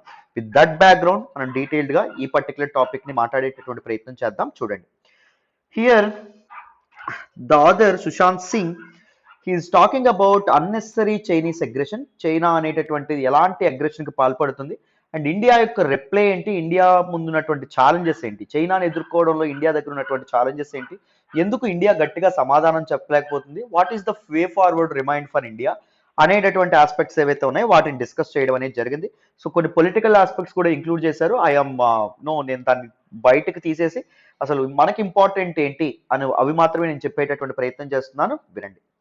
సో రీసెంట్ టైమ్స్ లో మీరు చూస్తున్నారు, చైనా అనేటటువంటిది aggressive diplomatic and military gesture తో ముందుకు వెళ్ళడం అనేది జరుగుతుంది. చాలా అగ్రెసివ్ గా అడుగులు వేయడం అనేది జరుగుతుంది. For example Arunachal Pradesh, India తనదిగా భావిస్తున్నటువంటి అరుణాచల్ ప్రదేశ్ లోని 15 ప్లేసెస్ కి చైనా తన నేమ్స్ అనేవి ఇవ్వడం అనేది జరిగింది, నేమ్స్ ని రీఇన్వెంట్ చేయడం అనేది జరిగింది. సో ఇదే పని 2017లో మనకి 2017లో అరుణాచల్ ప్రదేశ్ ని దలైలామా సందర్శించడం వల్ల మనకి 6 నేమ్స్ ఇన్ అరుణాచల్ ప్రదేశ్ కూడా ఇలాంటి ఇదే ఇవ్వడం అనేది జరిగింది. అండ్ దాంతో పాటు దిస్ అరుణాచల్ ప్రదేశ్ ని సదరన్ టిబెట్ అనేటటువంటి పేరు కూడా ఇవ్వడం అనేది జరిగింది, జాంగ్నాంగ్ అనేటటువంటి పేరు కూడా ఇవ్వడం అనేది జరిగిందమ్మా. సో ఇంతకీ చైనాకి, అరుణాచల్ ప్రదేశ్ కి, ఇండియాకి మధ్య ఉన్నటువంటి గొడవ ఏంటి అండ్ దాంతోపాటు ఈ దలైలామా ఎవరు తెలుసుకోవాలంటే, so why China wants Arunachal Pradesh అనేటటువంటి ఒక వీడియో చేశాను. Why China wants Arunachal Pradesh LTX classes అని చెప్పి యూట్యూబ్ లో సెర్చ్ చేయండి, మీకు డీటెయిల్డ్ గా దీని యొక్క బ్యాక్గ్రౌండ్ అనేటటువంటి తెలుస్తుంది. అండ్ దాంతోపాటు చైనా ఏం చేసేటటువంటి ప్రయత్నం చేసింది, న్యూ ల్యాండ్ బార్డర్ లా ఏదైతే ఉంటుందో దాన్ని లాస్ట్ ఇయర్ మార్చ్ లో తీసుకొచ్చింది. అది January 2022 అంటే మొన్న January 1వ తారీఖు నుంచి అది ఎన్ఫోర్స్ అవుతుందని చెప్పడం అనేది జరిగింది. ఈ చట్టం తీసుకురావడం వల్ల చైనా ఏం చేయదలిచింది, legally supporting Chinese 628 border villages. So land border ఏదైతే ఉంటుందో, ల్యాండ్ బార్డర్ దగ్గర నిర్మిస్తున్నటువంటి 628 విలేజెస్ యొక్క కన్స్ట్రక్షన్ ని చైనా అనేది సమర్థించుకోవడం మొదలుపెట్టింది. దాంతోపాటు people's liberation army last year ఇండియాలో ఎంక్రోచ్ ఏదైతే అవ్వడం అనేది జరిగిందో దాన్ని కూడా లీగలైజ్ చేయడం అనేది జరిగింది. అంటే చైనా తన టెరిటోరీస్ ని, తన బార్డర్ ని వేరే వాళ్ళ నుంచి కాపాడుకోవడానికి ఏదైనా చేయొచ్చు డిఫరెంట్ గవర్నమెంట్ ఇన్స్టిట్యూషన్స్ అని చెప్పడం అనేది జరిగింది. అర్థమైందా? సో అది బార్డర్ లా అనేది తీసుకురావడం అనేది జరిగింది. ఈవెన్ ఇండియాలో మన నెలలో పోస్ట్ అయినటువంటి డిప్లొమాట్స్ ఎవరైతే ఉన్నారో వాళ్ళు కూడా రీసెంట్ గా మన ఎంపీస్ అండ్ మినిస్టర్స్ కి వార్నింగ్ లెటర్ అనేది పంపించారు. వాళ్ళు మన దగ్గర ఉంటూ మన ఎంపీస్ కి, మన సెంట్రల్ మినిస్టర్స్ కి వార్నింగ్ పంపించారు. ఏమని వార్నింగ్ పంపించారు సార్ వాళ్ళు అంటే, సో ఏం జరిగింది? These MPs and ministers were invited by A Tibetan government in agile. మన ధర్మశాలలో ఉంటున్నటువంటి టిబెటన్ రిప్రజెంటేటివ్స్ ఎవరైతే ఉన్నారో వాళ్ళు పిలిచారన్నమాట. వాళ్ళు మీటింగ్ హాజరు కమ్మన్నారు. వీళ్ళు మీటింగ్ కి వెళ్ళారు. వెళ్తే సో టిబెట్ ని నో దీస్ సెషనిస్ట్ లీడర్స్ ఎవరైతే ఉంటారో, అంటే చైనా నుంచి టిబెట్ ని విడదీయాలనుకున్నటువంటి లీడర్స్ తో మీరెందుకు కలవడం అనేది జరిగింది? ఇది ఇండియాకి చైనాకి మధ్య రిలేషన్స్ ని కంప్లీట్ గా ఇది చేస్తుంది, అండర్మైన్ చేస్తుంది, ఇక మీ ఇష్టం డైల్యూట్ చేస్తుంది. సో మరి ఆలోచించుకోండి అని చెప్పి వార్నింగ్ లెటర్ అనేది ఇవ్వడం అనేది జరిగింది. మరి చైనా ఇంత మన మీద అగ్రెషన్ ని ప్రదర్శిస్తుంటే ఇండియా అనేది ఏం చేస్తుంది? సబ్మిసివ్ రెస్పాన్స్ ఏదైతే ఉంటుందో అది ఇవ్వడం అనేది జరిగింది. ఒబే చేస్తుంది, యూనో నో ఆలోచిస్తుంది, తగ్గి తగ్గి ఉంటుంది, నో నక్కి నక్కి ఉండడం అనేది జరుగుతుంది. సో ఎందుకు అని చెప్పి మనకి మన ఆథర్ ఎవరైతే ఉన్నారో ఆయన అభిప్రాయం చెప్పారు. Because India ran out of options. India దగ్గర ఉన్నటువంటి చైనాని భయపెట్టడానికి ఇండియా దగ్గర ఉన్నటువంటి ఆప్షన్స్ అనేవి అయిపోయినాయి. టిబెట్, దలైలామా అనేటటువంటి ట్రంప్, ఈ రెండింటిని ట్రంప్ కార్డ్స్ గా వాడింది అనమాట చైనాకి ఎగనెస్ట్ గా. సో టిబెట్ కి మేము సెపరేట్ టిబెట్ ని సపోర్ట్ చేస్తామని కానీ, లేకపోతే దలైలామా ఎవరైతే ఉన్నారో దలైలామా అధ్యక్షతన ఇది చేస్తాం కానీ వాడేవారు. దలైలామా నేను ఎంత మాత్రం ఇంక పొలిటికల్ ఎంటిటీ కాదు అని మనం ప్రకటించేశారు. నేను స్పిరిచువల్ లీడర్ ని ప్రకటించేయడం అనేది జరిగింది. టిబెట్ సెషనిజం కోసం, అంటే టిబెట్ చైనా నుంచి విడిపోవాలనే కోరుకునేటటువంటి లీడర్స్ కూడా ఇప్పుడు అంత పెద్దగా లేరు. So Tibet and Dalai Lama Trump card ఏదైతే ఉంటుందో అది ఇంకా వాడడానికి మరి ఇండియాకి అవ్వదు. అండ్ దాంతో పాటు no care attitude from China. ఒకవేళ ఇండియా ఏవైనా భయపెట్టాలని ప్రయత్నించినా చైనాకి ఫరక్ పడట్లా. చైనా అసలు ఏమీ ఆలోచించట్లేదు. అర్థమైందా? చైనా ఆలోచించాలని కూడా అనుకోవట్లేదు. ఒకప్పుడు అట్లీస్ట్ ఇండియన్ పీపుల్ కి చైనా మీద ఉన్నటువంటి ఇది ఒక ఇంప్రెషన్ ఏదైతే ఉంటుందో అది పోతుంది. సో ఇలా చేయకూడదు. I mean what I'm trying to say is మనం ఇండియాకి అగ్రెసివ్ గా ముందుకెళ్ళకూడదని ఒకప్పుడు అనుకునేది అట్లీస్ట్. బట్ ఇప్పుడు అలాంటి ఆలోచన అయితే అసలు లేదు. ముఖ్యంగా ఇండియా సైలెంట్ గా ఉండడానికి కారణం ఏం చెప్పారు అంటే మన author increasing in trade dependency అని చెప్పారండి. మనం ఇంపోర్ట్స్ మీద, దిగుమతుల మీద ఎక్కువగా ఎవరి మీద ఆధారపడుతున్నాము అంటే చైనా మీద ఆధారపడుతున్నాం. ఈ కోవిడ్-19 అనేటటువంటిది మన సప్లై చైన్ ఏదైతే ఉంటుందో, మన you know the week the weakness of our supply chain ని ఎక్స్పోజ్ చేయడం అనేది జరిగింది. అంటే మనం ఇండియాలో ఏది తయారవ్వాలన్నా ముడి సరుకుల కోసం మనం ఎవరి మీద డిపెండ్ అవుతున్నాం? చైనా మీద డిపెండ్ అవ్వడం అనేది జరుగుతుంది. సో చైనా ఒకవేళ ఇంపోర్ట్స్ అనేవి, ఒక చైనా అనేది ఎగుమతులు చేయడం ఆపేసింది అనుకోండి, ఇండియాకి ఏం జరుగుతుంది? మన ఎకానమీ మీద చాలా ఇంపాక్ట్ పడడం అనేది జరుగుతుంది. మనం తెలుసో తెలియకో ఓవర్ ద ఇయర్స్ చైనా మీద చాలా డిపెండ్ అయిపోవడం అనేది జరిగింది. రీసెంట్ గా కోవిడ్-19 టైంలో మాస్కులు కానీ, లేకపోతే ఆక్సిజన్ సిలిండర్లు కానీ, ఇవన్నీ మనకి ఎవరు పంపించారు? చైనా పంపించడం అనేది జరిగింది, రైట్? ఈ శానిటైజర్స్ కానీ, లేకపోతే ఈ డ్రగ్స్ కానీ చైనా పంపించడం అనేది జరిగింది. చైనా తన ఇండియాతో ఉన్నటువంటి ఆ ట్రేడ్ అడ్వాంటేజ్ ఏదైతే ఉంటుందో అది స్ట్రాటజికల్ గా వాడుకోవడానికి ప్రయత్నించడం అనేది జరుగుతుంది. అదే ఇండియాకి పెద్ద దెబ్బ అవ్వడం అనేది జరిగింది, రైట్? సో ఇది మనకి ఇక్కడ చెప్పడం అనేది జరిగింది. నెక్స్ట్ చూడండి, ఇప్పుడు చైనాని అధిగమించాలంటే ఇండియా దగ్గర ఉన్నటువంటి ఆప్షన్స్, ఇండియా ఇప్పటి వరకు లాస్ట్ ఇయర్ స్టాండ్ ఆఫ్ టైంలోని ఇప్పుడు వాడుతున్నటువంటి, లాస్ట్ టైం వాడినటువంటి ఆప్షన్స్ ఏంటంటే ఇంటర్నల్ మిలిటరీ బ్యాలెన్స్ అనేది చేశారు. అంటే పాకిస్తాన్ బార్డర్ దగ్గర ఉండేటటువంటి మిలిటరీ వాళ్ళని ఎల్ఏసి స్టాండ్ ఆఫ్ జరుగుతున్నట్టు ఏం చేశారు? ఈ మిలిటరీ పర్సన్ చైనా బార్డర్ కి తరలించారు. ఎందుకంటే ఎల్ఏసి స్టాండ్ ఆఫ్, చైనా అనేది ఇంకర్షన్స్ పాల్పడుతుందా లేదమ్మా? సో అందుకోసం అని చెప్పి సో ఏం చేశారు? పాకిస్తాన్ బార్డర్ దగ్గర ఉన్నటువంటి సోల్జర్స్ ని చైనా బార్డర్ కి పంపించారు. అది ఇంటర్నల్ రీబ్యాలెన్స్. వెరాజ్ ఎక్స్టర్నల్ రీబ్యాలెన్స్ అనేటటువంటిది ఏం చేశారు? యుఎస్ తో క్లోజ్ రిలేషన్షిప్ కి వెళ్ళడం అనేది జరిగింది. యుఎస్ తో దగ్గరగా ఉండడం అనేది జరిగింది.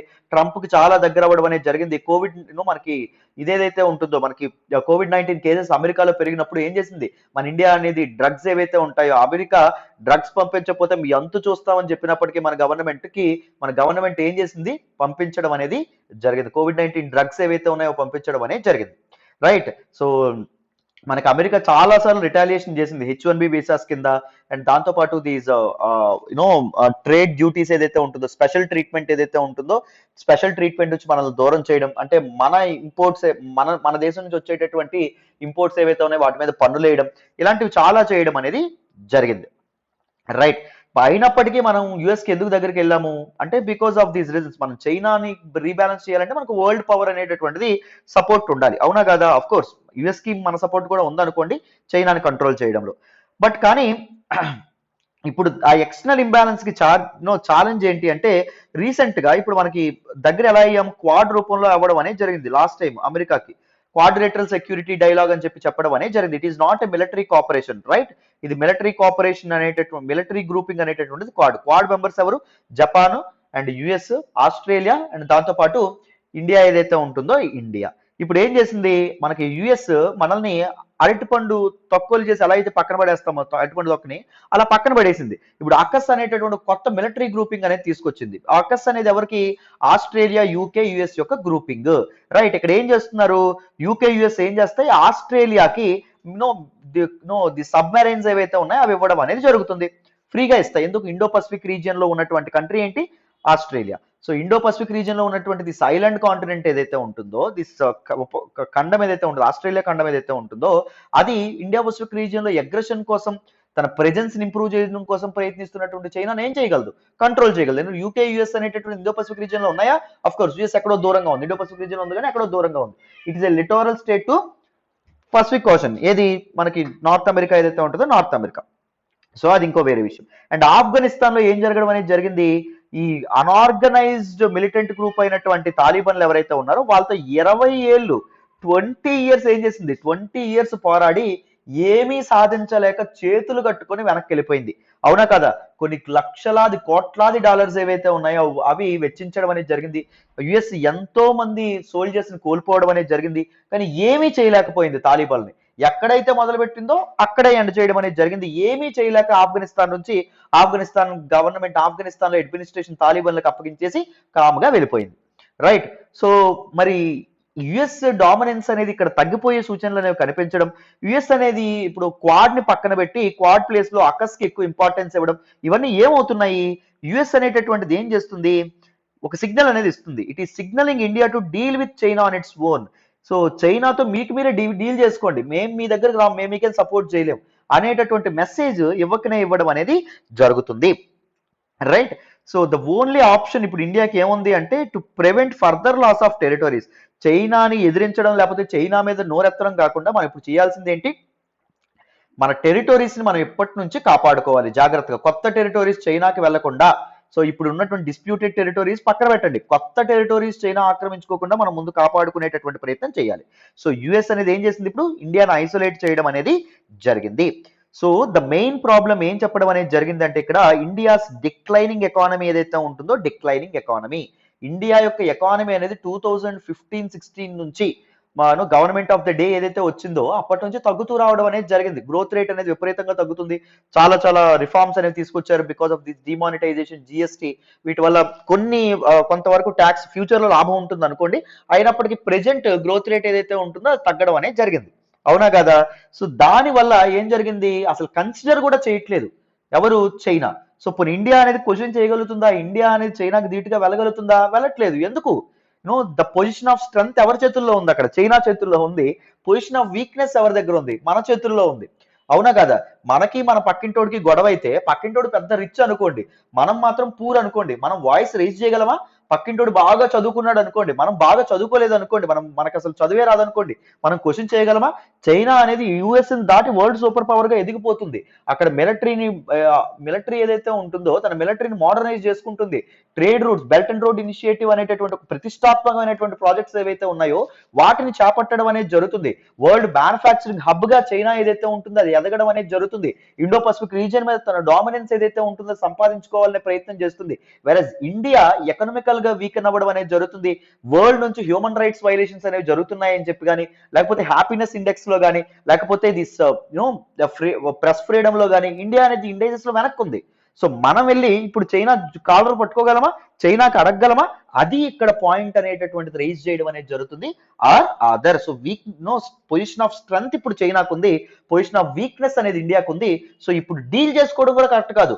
పొజిషన్ ఆఫ్ స్ట్రెంగ్త్ నువ్వు లేనప్పుడు నువ్వు డీల్ చేసుకున్నావు అనుకోండి, ఏం జరుగుతుంది? నీకు ఎగ్నెస్ట్ గా, నీ ఇంట్రెస్ట్ ఎగ్నెస్ట్ గా డీల్ అనేది సైన్ అవ్వడం అనేది జరుగుతుంది. అవునా కదా? ఇప్పుడు నువ్వు అమ్మేటటువంటి కూరగాయలు తాజాగా ఉన్నాయమ్మా, అవతల వాడు ఎవడో ఒకడు వచ్చి కూరగాయలు కొనుక్కుంటాను అంటున్నాడు, మీ ఇద్దరి మధ్య ఒక అగ్రిమెంట్, బేరం జరుగుతుంది. నువ్వు ఒక 100 రూపాయలు అన్నావు, అవతల వాడు 50 రూపాయలు అంటున్నాడు. నీ కూరగాయలు తాజాగా ఉన్నాయి కాబట్టి నేను 100 ఇస్తేనే అమ్ముతాను, వాడు కాకపోతే ఇంకొకటి కొంటాడు. అవునా కదా? నువ్వు డిమాండ్ చేస్తావు. బట్ వేరే నీ కూరగాయలు ఏవైతే పుచ్చిపోయాయి అనుకోండి, నువ్వు కూరగాయలు ఏవైతే పాడైపోయాయి అనుకోండి, అప్పుడు పొజిషన్ ఆఫ్ స్ట్రెంత్ ఎవడుకుంటుంది? ఆ బేరం వాడేవాడుకుంటుంది. అదేమంటాడు? పుచ్చిపోయాయి కదయ్యా, 50 అంటే 30 వేస్తాను ఇచ్చేయి అంటాడు. నువ్వేం చేయాలి? ఇవ్వాల్సిన పెట్టుబడి నీకు 50 అయినా నువ్వు 30కి ఇవ్వాల్సినటువంటి పరిస్థితి ఏర్పడుతుంది. అర్థమైందా? సో పొజిషన్ ఏ అగ్రిమెంట్ జరిగినప్పుడైనా పొజిషన్ ఆఫ్ స్ట్రెంగ్త్ అనేటటువంటిది నీది ఉండాలి అని చెప్తున్నారు. అండ్ దాంతో పాటు ఇప్పుడు ఇండియా అనేది దిస్ పర్టికులర్ సబ్మిసివ్ రెస్పాన్స్ తో ఉండడం వల్ల, ఏం చేయలేక చేతులు కట్టుకుని ఉండడం వల్ల, Asian countries, association of south east Asian nations and south east Asian region, Indian sub continent region ఏదైతే ఉంటుందో అక్కడ ఇండియా తన డామినెన్స్ అనేటటువంటిది కోల్పోయిందంట. ఇండియన్ డామినెన్స్ అనేటటువంటిది ఎప్పుడు కోల్పోవడం మొదలుపెట్టిందంటే 1962 సైనో ఇండియన్ వార్ ఏదైతే ఉంటుందో, ఎప్పుడైతే మనం ఓడిపోయామో అప్పటి నుంచి ఇండియా యొక్క డామినెన్స్ అనేటటువంటి డైల్యూట్ అవ్వడం మొదలుపెట్టింది. ద ఫర్దర్ కాన్ఫ్లిక్ట్స్ లో ఎప్పుడైతే ఇండియా అనేది వాకల్ గా మారలేదో, ఇండియా అనేది అప్పటి నుంచి మనకి ఇండికేషన్స్ ఉన్నప్పటికీ, చైనా నుంచి అగ్రెషన్ ఉన్నప్పటికీ మనం చైనా కంటే అడ్వాంటేజెస్ గా మనం మనల్ని తయారు చేసుకోలేదు. That is a serious problem అని చెప్తున్నారు. రైట్? కన్సెక్యూటివ్ గవర్నమెంట్, ఒకప్పుడు యూపీఏ గవర్నమెంట్ కూడా దాని గురించి ఆలోచించలేదు, ఇప్పుడు బీజేపీ గవర్నమెంట్ కూడా దాని గురించి ఆలోచించట్లేదు. ఇది మన యొక్క ఆదర్ ఎవరైతే ఉన్నారో ఆయన చెప్తున్నారు. బట్ ఈ పరిస్థితుల్లో మనల్ని కాపాడేటటువంటి మన నేస్తం ఎవరు? దోస్త్ మేరా దోస్త్ రష్యా. రైట్? ఇక్కడ చూడండి, యుఎస్ అనేది మనకి దూరం అవ్వడానికి, యుఎస్ చైనాని మీరే హ్యాండిల్ చేసుకోండి అని చెప్పి మనల్ని వదిలిపెట్టేయడానికి కారణం ఏంటో తెలుసా? Because of this Russia factor. మనం రీసెంట్ టైమ్స్ లో రష్యాకి దగ్గర అవుతున్నాం, రష్యాకి స్ట్రాటజిక్ పార్ట్నర్ గా ఉంటున్నాం. రైట్? మన రిలయబుల్ పార్ట్నర్ గా రష్యాకి దగ్గర అవడం అనేది జరుగుతుంది. S-400 వెపన్ సిస్టమ్స్ ఏవైతే ఉన్నాయి ఇవన్నీ రష్యా నుంచి యూజ్ చేసుకుంటున్నాం. రష్యాకి యుఎస్ కి పడుతుందా? పడదు. అందుకే though US is recognising India as its critical partner, but it is very very cautious about India. ఇండియాతో జాగ్రత్తగా ఉండాలి, ఎందుకంటే నా శత్రువు ఎవరైతే ఉంటారో ఆయన దగ్గరికి వెళ్తుంది అని యుఎస్ ఏం చేస్తుంది? ఎక్కడ సపోర్ట్ చేయాలో అక్కడ సపోర్ట్ చేస్తుంది, ఎక్కడ ఇండియాకి ఎగ్నెస్ట్ గా ఉండాలో అక్కడ ఎగ్నెస్ట్ గా ఉండడం అనేది జరుగుతుంది. సో ఈ సమయంలో రష్యా ఫ్యాక్టర్ అనేది మనకి కీ, ఎందుకంటే Russian ideology, Chinese ideology same. ఏంటి? కమ్యూనిజం. సో ఇక్కడ రష్యా అండ్ చైనాకి మంచి రిలేషన్స్ అనేవి ఉండాలి. సో ఇండియాకి చైనాకి మధ్య జరుగుతున్నటువంటి కాన్ఫ్లిక్ట్స్, ఈ క్రైసిస్ ఏదైతే ఉంటుందో దానికి మీడియేటర్ గా, మధ్యవర్తిత్వం అనేది రష్యా బాగా చేయొచ్చు అనే విధంగా ఇక్కడ మనకి చెప్పడం అనేది జరిగింది. చూసారా, ఇంత ఎడిటోరియల్ మనం ఇలా స్ట్రక్చర్ చేసుకున్నాం అనుకోండి, ఎంత కాంప్రహెన్సివ్ గా మనకు అర్థమవుతుందో. రైట్? ఎంత బ్రాడెస్ట్ ఆస్పెక్ట్స్ అనేవి మీకు వస్తాయి, ఒక బ్రాడర్ ఒక థాట్ అనేది మీకు రావడం అనేది జరుగుతుంది if you read these editorials. నేను ఎడిటోరియల్స్ కవర్ చేస్తూ ఉంటాను, మీరు చక్కగా ఫాలో అవుతూ ఉండండి. ఓకేనా? రైట్, మరి నెక్స్ట్ ఆర్టికల్ డిస్కస్ చేద్దాం. చూడండి అమ్మా, ఈ రోజు హిందూ అనాలిసిస్ లో మనం మాట్లాడుకునే నెక్స్ట్ ఆర్టికల్ చూడండి. These islands of excellence must not be marooned. Very very important article regarding GS paper 2, issues in education system and దాంతోపాటు గవర్నెన్స్ లో కూడా మనం మాట్లాడుకోవడం అనేది జరుగుతుంది. ఈ ఆర్టికల్ నేను ద హిందూలోని ఢిల్లీ ఎడిషన్ లో పేజ్ నెంబర్ 6 నుంచి సెలెక్ట్ చేసుకోవడం అనేది జరిగింది. చాలా చాలా ఇంపార్టెంట్ ఆర్టికల్ అండి. జాగ్రత్తగా వింటే క్లియర్ గా ఈ ఆర్టికల్ ఎక్స్ప్లెయిన్ చేస్తాను. First let us look at the context of this particular article. Recent గా chief justice of India NV Ramana గారు వేరియస్ యూనివర్సిటీస్ లో తన స్పీచ్ అనేది ఇస్తూ, వేరియస్ యూనివర్సిటీస్ ఆయన అడ్రస్ చేస్తూ ఏం చెప్పారు అంటే, నేషనల్ లా యూనివర్సిటీస్ ఏవైతే ఉన్నాయో, national law universities they are perceived as elitist, అంటే అవి అటువంటి గొప్ప పేరు ఉండడం అనేది జరిగింది. But they are detached from social reality, society నుంచి అవి దూరంగా ఉండడం అనేది జరుగుతుంది. ఎందుకు అంటే ఈ నేషనల్ లా యూనివర్సిటీస్ లో చదువుతున్నటువంటి చాలా మంది స్టూడెంట్స్ దిస్ ప్రాక్టీస్ లా ఏదైతే ఉంటుందో బార్ లోకి చేరట్లేదు అని చెప్పడం అనేది జరిగింది. రైట్? అండ్ ముందు కూడా చీఫ్ జస్టిస్ ఆఫ్ ఇండియా ఏంటి పాయింట్అవుట్ చేశారు అంటే, దిస్ లా గ్రాడ్యుయేట్స్ ఎవరైతే ఉన్నారో they are very inadequate and not well equipped, ill equipped to handle the profession. Profession ని హ్యాండిల్ చేసే విధంగా వాళ్ళు తయారవ్వట్లేదు. And the lowering standard of the legal education in the law institutions in the country was a worrying trend అని కూడా చెప్పడం అనేది జరిగింది. సో లా ఇన్స్టిట్యూషన్స్ ఏవైతే ఉన్నాయో అక్కడ లీగల్ ఎడ్యుకేషన్ స్టాండర్డ్స్ అనేవి విపరీతంగా తగ్గిపోతున్నాయంట. So chief justice of India యొక్క ఈ మాటలు ఏవైతే ఉంటాయో వాటిని తప్పకుండా ఇంట్రాస్పెక్ట్ చేయాలి, తప్పకుండా కన్సిడర్ చేయాల్సినటువంటి అవసరం ఉంది. ఎందుకంటే దీస్ ఇన్స్టిట్యూషన్స్ మనకి ఫ్యూచర్ జనరేషన్స్ లో, భవిష్యత్తులో భారతదేశం యొక్క షేప్ నే కంప్లీట్ గా మార్చేస్తాయి. జ్యుడిషియల్ ల్యాండ్స్కేప్ నే కంప్లీట్ గా మార్చేస్తాయి, లీగల్ ల్యాండ్స్కేప్ ని కంప్లీట్ గా మార్చివేస్తాయి. వీలే కదా రేపు పొద్దున్న లాయర్లు కానీ తర్వాత జడ్జిలు కానీ అయ్యేటటువంటి వాళ్ళు. సో ఈ this drop in legal education, stand of legal education అనేటటువంటిది ఇండియన్ జస్టిస్ సిస్టమ్ కి ఒక థ్రెట్ అని చెప్పి మనం చెప్పుకోవచ్చు. సో అందుకే దీన్ని క్లోజ్ గా చూడాల్సినటువంటి అవసరం అయితే ఉంది. Now the author GS Bajpal ఈయన రేజ్ చేసినటువంటి ఇష్యూస్ ఏంటి? What are the issues that you have raised with respect to legal education institutions? First చూడండి, ద ఫస్ట్ ఇష్యూ ఏం చెప్పారు అంటే detachment from the society. So these institutions ఏవైతే ఉన్నాయో అవి సొసైటీ నుండి డిటాచ్ అవ్వడం అనేది జరిగింది. ఈవెన్ ఈ ఇన్స్టిట్యూషన్స్ లో ఇదైనటువంటి గ్రాడ్యుయేట్స్, లా గ్రాడ్యుయేట్స్ ఎవరైతే ఉన్నారో వాళ్ళు ఎటువంటి సొసైటీలో డిఫరెంట్ ఆస్పెక్ట్స్ ఏవైతే ఉన్నాయో చూడకుండా కార్పొరేట్స్ ఏవైతే ఉన్నాయో కార్పొరేట్స్ లో వాళ్ళు ప్లేస్ అవ్వడం అనేది జరుగుతుంది. And these national law universities are criticised for imparting knowledge focused on placement. So placement centric knowledge ఏదైతే ఉంటుందో కార్పొరేట్ ఫార్మ్స్ లో దీస్ లీగల్ అడ్వైజర్స్ ఉంటారు, వాటికి ప్లేస్మెంట్స్ అనేవి జరుగుతాయి. సో ఆ ప్లేస్మెంట్ సెంట్రిక్ నాలెడ్జ్ అనేటటువంటిది ఇవ్వడం అనేది జరుగుతుంది. థియరీ బేస్డ్ నాలెడ్జ్ అనేది ఇస్తున్నారు కానీ సొసైటీలో జరుగుతున్నటువంటి ప్రాక్టికల్ ఆస్పెక్ట్స్ అనేటటువంటి వీళ్ళకి తెలియట్లేదు. And these placements are considered to be significant marker in judging the success of national law universities అని చెప్పారు.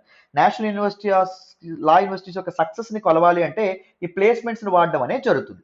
అండ్ వీటిని మనం నేషనల్ లా యూనివర్సిటీస్ అని చెప్పి అంటున్నప్పటికీ వీటి యొక్క మెయింటెనెన్స్, వీటి యొక్క ఫండింగ్ ఏదైతే ఉంటుందో అవి గవర్నమెంట్, స్టేట్ గవర్నమెంట్స్ అనేటటువంటివి చూసుకోవడం అనేది జరుగుతుంది, రాష్ట్ర ప్రభుత్వాలు అనేవి చూసుకోవడం అనేది జరుగుతుంది. So they have to operate in an increasingly feed political environment లో అవి ఆపరేట్ అవ్వాలి. అండ్ ఈ స్టేట్స్ ప్యాట్రోనైజ్ వల్ల సెవరల్ ఇష్యూస్ కూడా తలెత్తడం అనేది జరుగుతుంది. రైట్, దీస్ పీపుల్ ఎవరైతే ఉన్నారో, people who are faculty members ఎవరైతే ఉన్నారో వాళ్ళు కూడా ఒక బయాస్డ్ ఎడ్యుకేషన్ అనేటటువంటిది అందించడం కానీ, బికాస్ దీస్ పీపుల్ కి బయాస్డ్ ఎడ్యుకేషన్ అనేది అందించకూడదు. సో అలాంటివి ఏవైతే ఉన్నాయి పొలిటికల్లీ న్యూట్రల్ గా ఉండేటటువంటి ఎడ్యుకేషన్ అనేటటువంటి అందించాలి. ఈవెన్ సెంట్రల్ గవర్నమెంట్ కూడా వీటిని ప్యాట్రనైజ్ చేయడానికి ముందుకు రావడం అనేది జరగాలి. అండ్ విత్ స్టేట్ ఫండింగ్ ఏదైతే ఉంటుందో అది తగ్గుతూ ఉండడం వల్ల most law universities are facing serious crisis, lack of funding అని చెప్పి మనం చెప్పుకోవచ్చు. సో ఫండింగ్ ఏదైతే ఉంటుందో ఫండింగ్ కూడా లేనటువంటి పరిస్థితి. గవర్నమెంట్స్ ఈ హెల్త్ కోసం కానీ వీటన్నిటి కోసం ఖర్చు పెడుతుండడం వల్ల ఎడ్యుకేషన్ ఇన్స్టిట్యూట్ సరిపడా డబ్బు ఏదైతే ఉంటుందో అది ఇవ్వట్లేదు. సో ఫండింగ్ అనేది లేకపోవడం వల్ల కూడా స్టాండర్డ్స్ ఆఫ్ లీగల్ ఎడ్యుకేషన్ అనేది తగ్గుతుంది అని చెప్పడం అనేది జరుగుతుంది. And competition from upcoming private institutions అండి. ఈ ప్రైవేట్ లా ఇన్స్టిట్యూషన్స్ ఏవైతే ఉన్నాయో వాటి నుంచి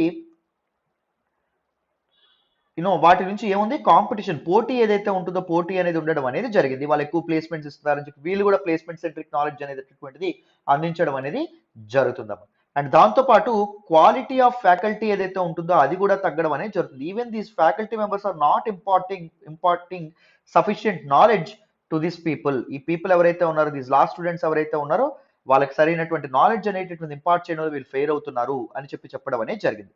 అండ్ దాంతో పాటు ప్రొటెస్ట్ బై స్టూడెంట్స్ అండి. దీస్ నేషనల్ లా యూనివర్సిటీస్ లో ఏం జరుగుతుంది, చాలా నిరసనలు ఏవైతే ఉన్నాయి, నిరసనలు అనేవి చేస్తున్నారు విద్యార్థులు ఎవరైతే ఉన్నారో విద్యార్థులు. ఎందుకు, బెటర్ ఫ్యాకల్టీ మెంబర్స్ కోసం, టీచింగ్ స్టైల్ కోసం, కరిక్యులం ఏదైతే ఉంటుందో అది మార్చడం కోసం చేయడం అనేది జరుగుతుంది. అండ్ దాంతో పాటు the inability of the leadership to respond and cater to the needs of the students, faculty, staff has also triggered protests. So leadership ఏదైతే ఉంటుందో సరైనటువంటి లీడర్స్ అనే వాళ్ళు లేకపోవడం వల్ల, ఫండింగ్ అనేది సరిగ్గా అందించకపోవడం వల్ల ఏం జరుగుతుంది, సో ప్రొటెస్ట్ కి దారి తీయడం అనేది జరుగుతుంది. ఇట్ ఇస్ పర్టికులర్ చదువుకోవాల్సినటువంటి విద్యార్థులు రోడ్లు ఎక్కడం అనేటటువంటిది జరుగుతుంది. అర్థమైందా? దాంతోపాటు ఇప్పుడు దీనిలో వే ఫార్వర్డ్ కూడా సజెస్ట్ చేయడం అనేది జరిగింది. అంటే ఈ పర్టికులర్ ప్రాబ్లం ఏదైతే ఉంటుందో దాన్ని సాల్వ్ చేయాలంటే, నేషనల్ లా యూనివర్సిటీస్ యొక్క పరిస్థితిని మెరుగుపరచాలంటే ఏమేం చేయొచ్చు అనే విధంగా కూడా చెప్పారండి. The disconnect between social realities and legal education can only be bridge by promoting research driven academics. So theory based academics కాకుండా రీసెర్చ్ డ్రివెన్ ఎకడమిక్స్ ఏవైతే ఉన్నాయో అవి ముందుకెళ్ళాలి. అంటే సొసైటీలో దీస్ ఫీల్డ్ బేస్డ్ స్టడీస్ ఏవైతే ఉన్నాయో అవి ముందుకు వెళ్ళాలి, వాటికి ఎంకరేజ్మెంట్ అనేటటువంటిది ఉండాలి, కరిక్యులంలో వాటి ఇంక్లూడ్ చేయాలని చెప్పడం అనేది జరిగింది. అండ్ దాంతోపాటు దీస్ యూనివర్సిటీస్ నుంచి వచ్చేటటువంటి రీసెర్చ్ ఏదైతే ఉంటుందో that should address social issues, సొసైటీలో జరుగుతున్న డిఫరెంట్ ఇష్యూస్ మీద వీళ్ళు రీసెర్చ్ అనేటటువంటిది చేయాలి. అండ్ వీళ్ళు ప్రాక్టికల్ సొల్యూషన్స్, సోషల్ ఇష్యూస్ మీద వాళ్ళ ప్రాక్టికల్ సొల్యూషన్స్ ఏవైతే ఉన్నాయో వాటిని కూడా అందించగలగాలి. అండ్ దాంతోపాటు రీసెర్చ్ అండ్ డెవలప్మెంట్ ఏదైతే ఉంటుందో, R&Dకి ఏదైతే ఉంటుందో సెపరేట్ ఫ్యాకల్టీ మెంబర్స్ అనే వాళ్ళు ఉండాలి. దీనికోసం సెపరేట్ ఎక్స్పర్ట్ ఫ్యాకల్టీ మెంబర్స్ ఎవరైతే ఉన్నారో వాళ్ళని కూడా అపాయింట్ చేయాల్సినటువంటి అవసరం అనేటటువంటిది ఉంది. అండ్ దాంతోపాటు రీసెర్చ్ ఏదైతే ఉంటుందో దట్ షుడ్ బి ఇన్సెంటివైజ్డ్ అండి.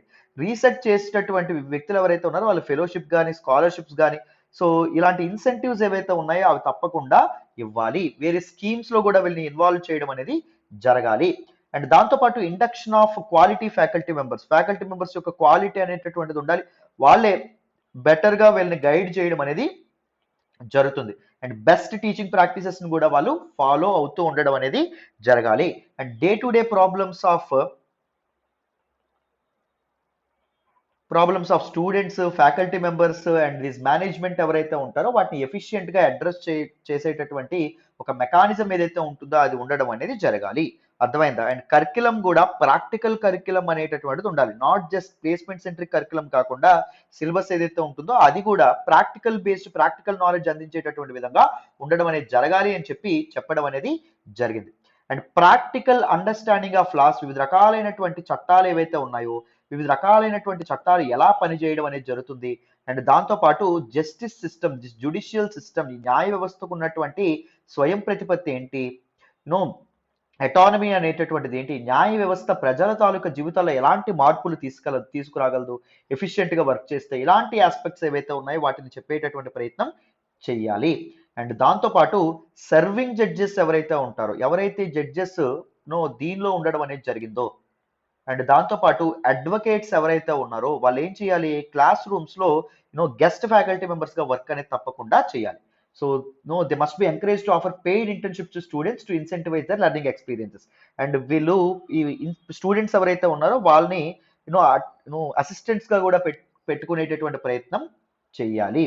అండ్ దాంతోపాటు ఇండియాలో ఉన్నటువంటి లీగల్ ఎడ్యుకేషన్ ఏదైతే ఉంటుందో దాన్ని రెగ్యులేట్ చేయడానికి అది గవర్నమెంట్ కింద కాకుండా ఒక ఇండిపెండెంట్ రెగ్యులేటర్ అనేటటువంటిది ఉండాలి. ఒక అంబరిల్లా బాడీ ఏదైతే ఉంటుందో అది ఉండాలి. That should encompass everything that is under judicial and legal education system. దాని మొత్తాన్ని, ఇష్యూస్ మొత్తాన్ని వాళ్ళు సాల్వ్ చేసేటట్టు విధంగా ఉండాలి. అర్థమైందా? సో వాళ్ళ నాలెడ్జ్ ఏదైతే ఉంటుందో నేర్చుకోవడమే కాకుండా అప్లికేషన్ ఆఫ్ ద నాలెడ్జ్ ఏదైతే ఉంటుందో దాని మీద కూడా కృషి అనేది జరపాలి. నాలెడ్జ్ అప్లికేషన్ మీద కూడా ఎవరైనా కృషి అనేది జరపాలి. సో దీస్ ఇన్స్టిట్యూషన్స్ ఏవైతే ఉన్నాయో కృషి అనేది జరపాలనే విధంగా మనకి చెప్పడం అనేది జరిగింది. Right? So we celebrate these national law universities as islands of excellence in sea of mediocrity. ఈ మీడియోక్రిటీలో మనం ఒక అద్భుతం ఎక్సలెన్స్ ఇచ్చేటటువంటి ఒక గొప్ప సంస్థానాలుగా వీటిని మనం భావించడం అనేది జరుగుతుందమ్మా. Right? And they are facing a lot of structural and administrative challenges now, and they are to be resolved to realize the true potential of shaping up the legal landscape of the country. అది మనకి ఇక్కడ చెప్పడం అనేది జరిగింది. ఎంత చక్కగా చెప్పారో చూడండి. రైట్? సో కన్క్లూజన్ కూడా చక్కగా ఇవ్వడం అనేది జరిగింది. So this is all about this particular article. మీకు డీటెయిల్డ్గా ఈ ఆర్టికల్ కూడా అర్థమైందని అనుకుంటున్నాను. మరి నెక్స్ట్ ఆర్టికల్ మాట్లాడదాం, వినండి. ఈ రోజు హిందూ అనాలిసిస్ లో మనం మాట్లాడుకునే నెక్స్ట్ ఆర్టికల్ చూడండి. Sri Lanka court frees 13 Tamil Nadu fisherman. Very very important article regarding GS paper 2 India and its neighbourhood లో ఇంటర్నేషనల్ రిలేషన్స్ లో మనం మాట్లాడుకోవడం అనేది జరుగుతుంది. ఈ ఆర్టికల్ నేను ద హిందూలోని ఢిల్లీ ఎడిషన్ లో పేజ్ నెంబర్ 1 నుంచి సెలెక్ట్ చేసుకోవడం అనేది జరిగిందమ్మా. సో ఈ ఆర్టికల్ మనకు అర్థం కావాలంటే ముందు ఇండియా శ్రీలంక మధ్య ఉన్నటువంటి ఫిషర్మెన్ ఇష్యూ ఏదైతే ఉంటుందో అది మీకు కంప్లీట్ గా డీటెయిల్డ్ గా అర్థం కావాలి. ఈ ఫిషర్మెన్ ఇష్యూ గురించి కంప్లీట్ గా డీటెయిల్డ్ గా అర్థం చేసుకున్న తర్వాత మనం ఈ ఆర్టికల్లో ఏం చెప్పారో తెలుసుకునేటటువంటి ప్రయత్నం చేద్దాం. డీటెయిల్డ్ గా వినండి. చూడండి నన్ను, what is this main fishermen problem? ఈ ఫిషర్మెన్ ఇష్యూ ఏంటి? Fishing disputes have always been a constant area of concern between this two South Asian neighbours. So both శ్రీలంకకి ఇండియాకి మధ్య ఈ ఫిషర్మెన్ ప్రాబ్లం ఎప్పటి నుంచో ఉండడం అనేది జరిగింది. శ్రీలంక ఎప్పటి నుంచో illegal fishing by Indian fishermen ఎవరైతే ఉంటారో, భారతీయ మత్స్యకారులు ముఖ్యంగా తమిళనాడుకు చెందినటువంటి వాళ్ళు ఎవరైతే ఉన్నారో వాళ్ళు వాళ్ళ టెరిటోరియల్ వాటర్స్ లోకి రావడం అనేది జరుగుతుంది. అంటే ఆ టెరిటోరియల్ వాటర్స్ మీద మనకు హక్కు లేదు, కానీ మన ఫిషర్మెన్ ఖాళీ చేతులతో వెనక్కి రాలేక ఎక్కడికి వెళ్ళిపోతున్నారు? ఆ ఇంటర్నేషనల్ మ్యారిటైమ్ బార్డర్ లైన్ ఏదైతే ఉంటుందో అది దాటి శ్రీలంకన్ వాటర్స్ లోకి వెళ్ళిపోవడం అనేది జరుగుతుంది to catch better fish and. అర్థమైందా? సో అదే ఇక్కడ చెప్పారు చూడండి. Sri Lanka has long expressed concerns about illegal fishing by Indian fishermen with in it's territorial waters across the Pak straight. Pak straight it is straight between India and Sri Lanka. So దీని గురించి కూడా మనం తెలుసుకునే ఇది ఎక్కడుందో తెలుసుకునే ప్రయత్నం చేద్దాం. మీకు మ్యాప్ కూడా చూపిస్తాను, మీకు అర్థమవుతుంది. So country regularly arrest Indian fishermen. So Sri Lankan వీళ్ళు ఎవరైతే ఉంటారో, నేవీ వాళ్ళు ఎవరైతే ఉన్నారో ఇండియన్ ఫిషర్మెన్ అరెస్ట్ చేయడం, ఆ వెజల్స్ ఏవైతే ఉంటాయి లేకపోతే షిప్స్ ఏవైతే ఉన్నాయో వాటిని కంప్లీట్ గా డిస్ట్రాయ్ చేయడం, ఇలా ఇదవుతారు. ఎందుకు? ఇంటర్నేషనల్ మ్యారిటైమ్ బౌండరీ ఏదైతే ఉంటుందో దాన్ని దాటి వాళ్ళు ఇండియన్ ఫిషర్మెన్ వెళ్ళడం వల్ల this international maritime border line which demarcates between India and Sri Lanka అండి. మరి మన ఇండియా వాళ్ళు ఎందుకు వెళ్తున్నారు? అది ఇల్లీగల్ కదా సార్, మనదే కదా తప్పు అని మీకు రావచ్చు. సో దిస్ ఫిషర్మెన్ ఎవరైతే ఉంటారో most of this fishermen are illiterate. వాళ్ళు జనరేషనల్ గా తరతరాలుగా వాళ్ళు ఆ పాక్ స్ట్రైట్ లో విచ్చలవిడిగా ఫిషింగ్ అనేది చేసుకోవడం అనేది జరిగేది. ఇప్పుడు 1970లో నువ్వు ఇంటర్నేషనల్ మ్యారిటైమ్ బార్డర్ లైన్ అనేటటువంటి ఒక లైన్ గీసేసి నువ్వు అవతలకి వెళ్ళకూడదంటే ఎలాగా? వాళ్ళు జనరేషనల్స్గా ఫ్రమ్ జనరేషన్స్ వాళ్ళు అక్కడ ఫిష్ పట్టుకుంటున్నారు, చేపలు పట్టుకుంటున్నారు. రిచ్ ప్రాన్స్ ఏవైతే ఉన్నాయో అక్కడ దొరుకుతాయి, వాళ్ళకి మంచి క్యాచ్ దొరుకుద్ది. నువ్వు ఇప్పటికిప్పుడు ఆపేయమంటే ఎలాగా? జరగదు కదా. So Indian straight side of Pak straight ఏదైతే ఉంటుందో అక్కడ ఈ రొయ్యలు ఏవైతే ఉన్నాయో అవి దొరకవు. సో వీళ్ళు కొన్నిసార్లు రొయ్యలు పడనప్పుడు వీళ్ళు ఏం చేస్తారు, ఖాళీ చేతులతో ఇంటికి రాక ఇంత రిస్క్ చేసాం, ఖాళీ చేతులతో ఇంటికి ఎలా వెళ్తాం అని చెప్పి ఒక్కసారి రిస్క్ తీసుకుందాం అని చెప్పి లైన్ దాటి వీళ్ళు బయటకు వెళ్తారు. ఒకవేళ నావీ పట్టుకుంటే వాళ్ళని జైల్లో పెట్టడం కానీ, వాళ్ళని అరెస్ట్ చేయడం కానీ, అండ్ వీళ్ళని వాళ్ళ తాలూకు వెజల్స్ డ్యామేజ్ చేయడం కానీ జరిగేది. ఏంటి, శ్రీలంకన్ నావీ ఏదైతే ఉంటుందో అది. India also detain Sri Lankan fishermen for the illegal fishermen. And అప్పుడప్పుడు, ఎప్పుడు కాదు, కొన్ని సమయాల్లో శ్రీలంక ఫిషర్మెన్ కూడా ఈ మ్యారిటైమ్ బార్డర్ లాని దాటి యువతలకి రావడం అనేది జరిగేది. సో వచ్చేటప్పుడు కూడా ఇండియా కూడా వాళ్ళని అరెస్ట్ చేయడం కానీ, లేకపోతే ఇండియన్ నేవీ వాళ్ళు పట్టుకోవడం కానీ జరిగేది. This fisherman problem is very contested concern అండి between both these neighbours, that is India and Sri Lanka. అర్థమైందా? ఇంకొక ఇష్యూ ఏంటంటే కచాతివు ఐలాండ్ ఇష్యూ అనేది ఉంది, ఒకసారి చూడండి.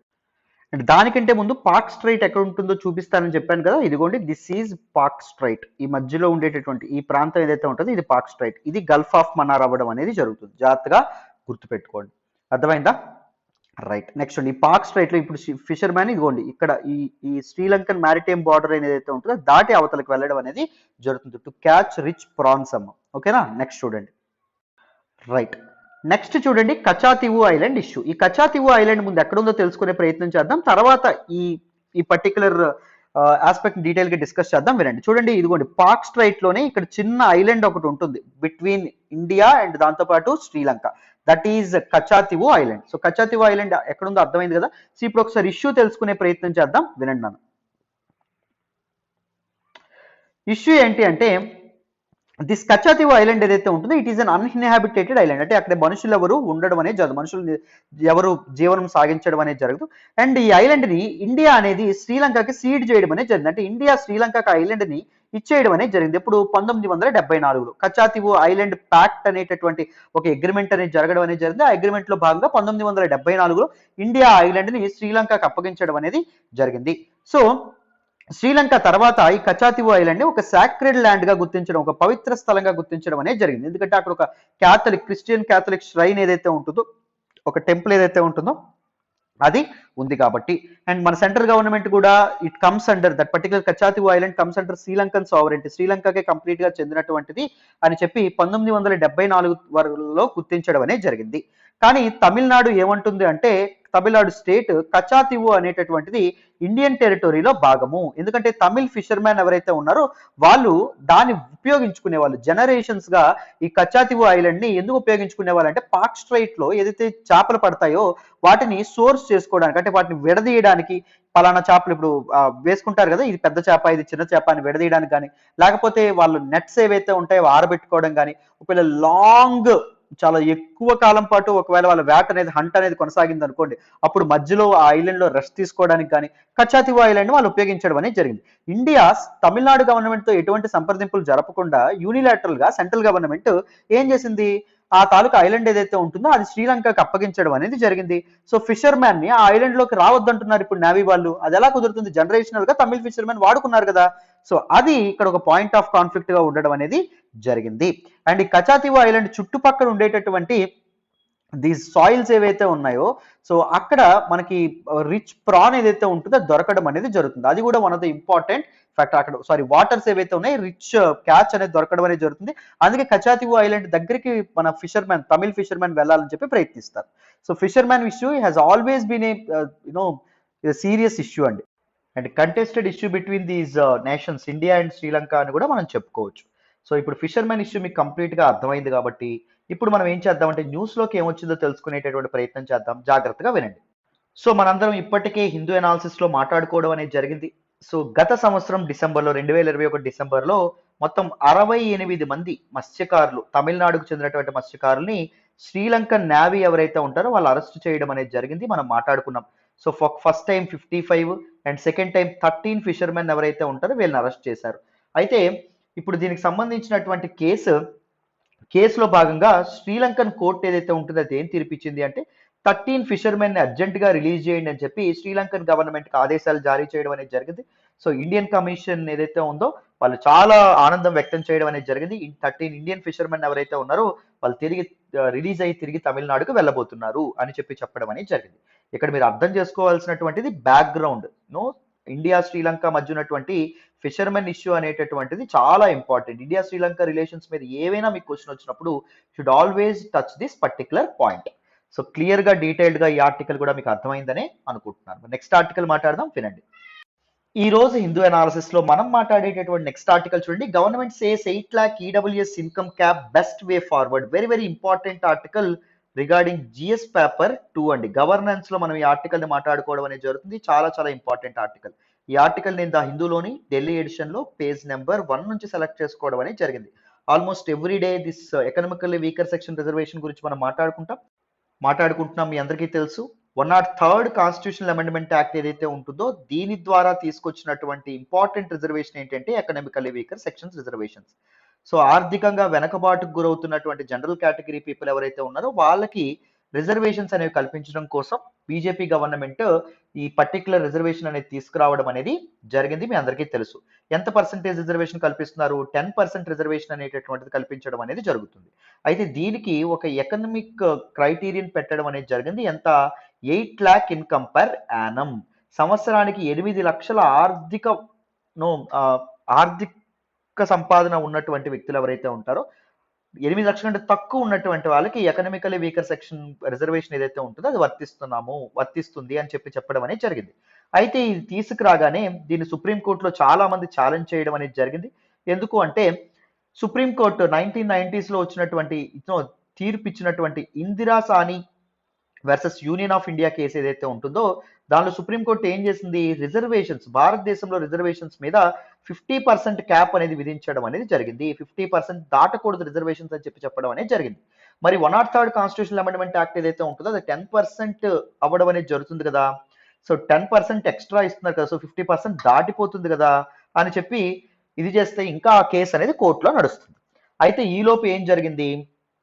జూలైలో government of India, central government medical PG ఇదేదైతే ఉంటుందో ఎగ్జామ్ ఏదైతే ఉంటుందో నీట్ పీజీ అడ్మిషన్స్ ఏవైతే ఉన్నాయో దానికోసం పెట్టేటటువంటి టెస్ట్, దానికోసం కండక్ట్ చేసేటటువంటి టెస్ట్లో రిజర్వేషన్స్ ఓబీసీ వాళ్ళకి 27% ఉంటుంది యథావిధిగా, అండ్ ఈడబ్ల్యూఎస్ వాళ్ళకి ఎకనామికల్ వీకర్ సెక్షన్స్ వాళ్ళకి 10% ఉంటుందని చెప్పి ప్రకటించడం అనేది జరిగింది.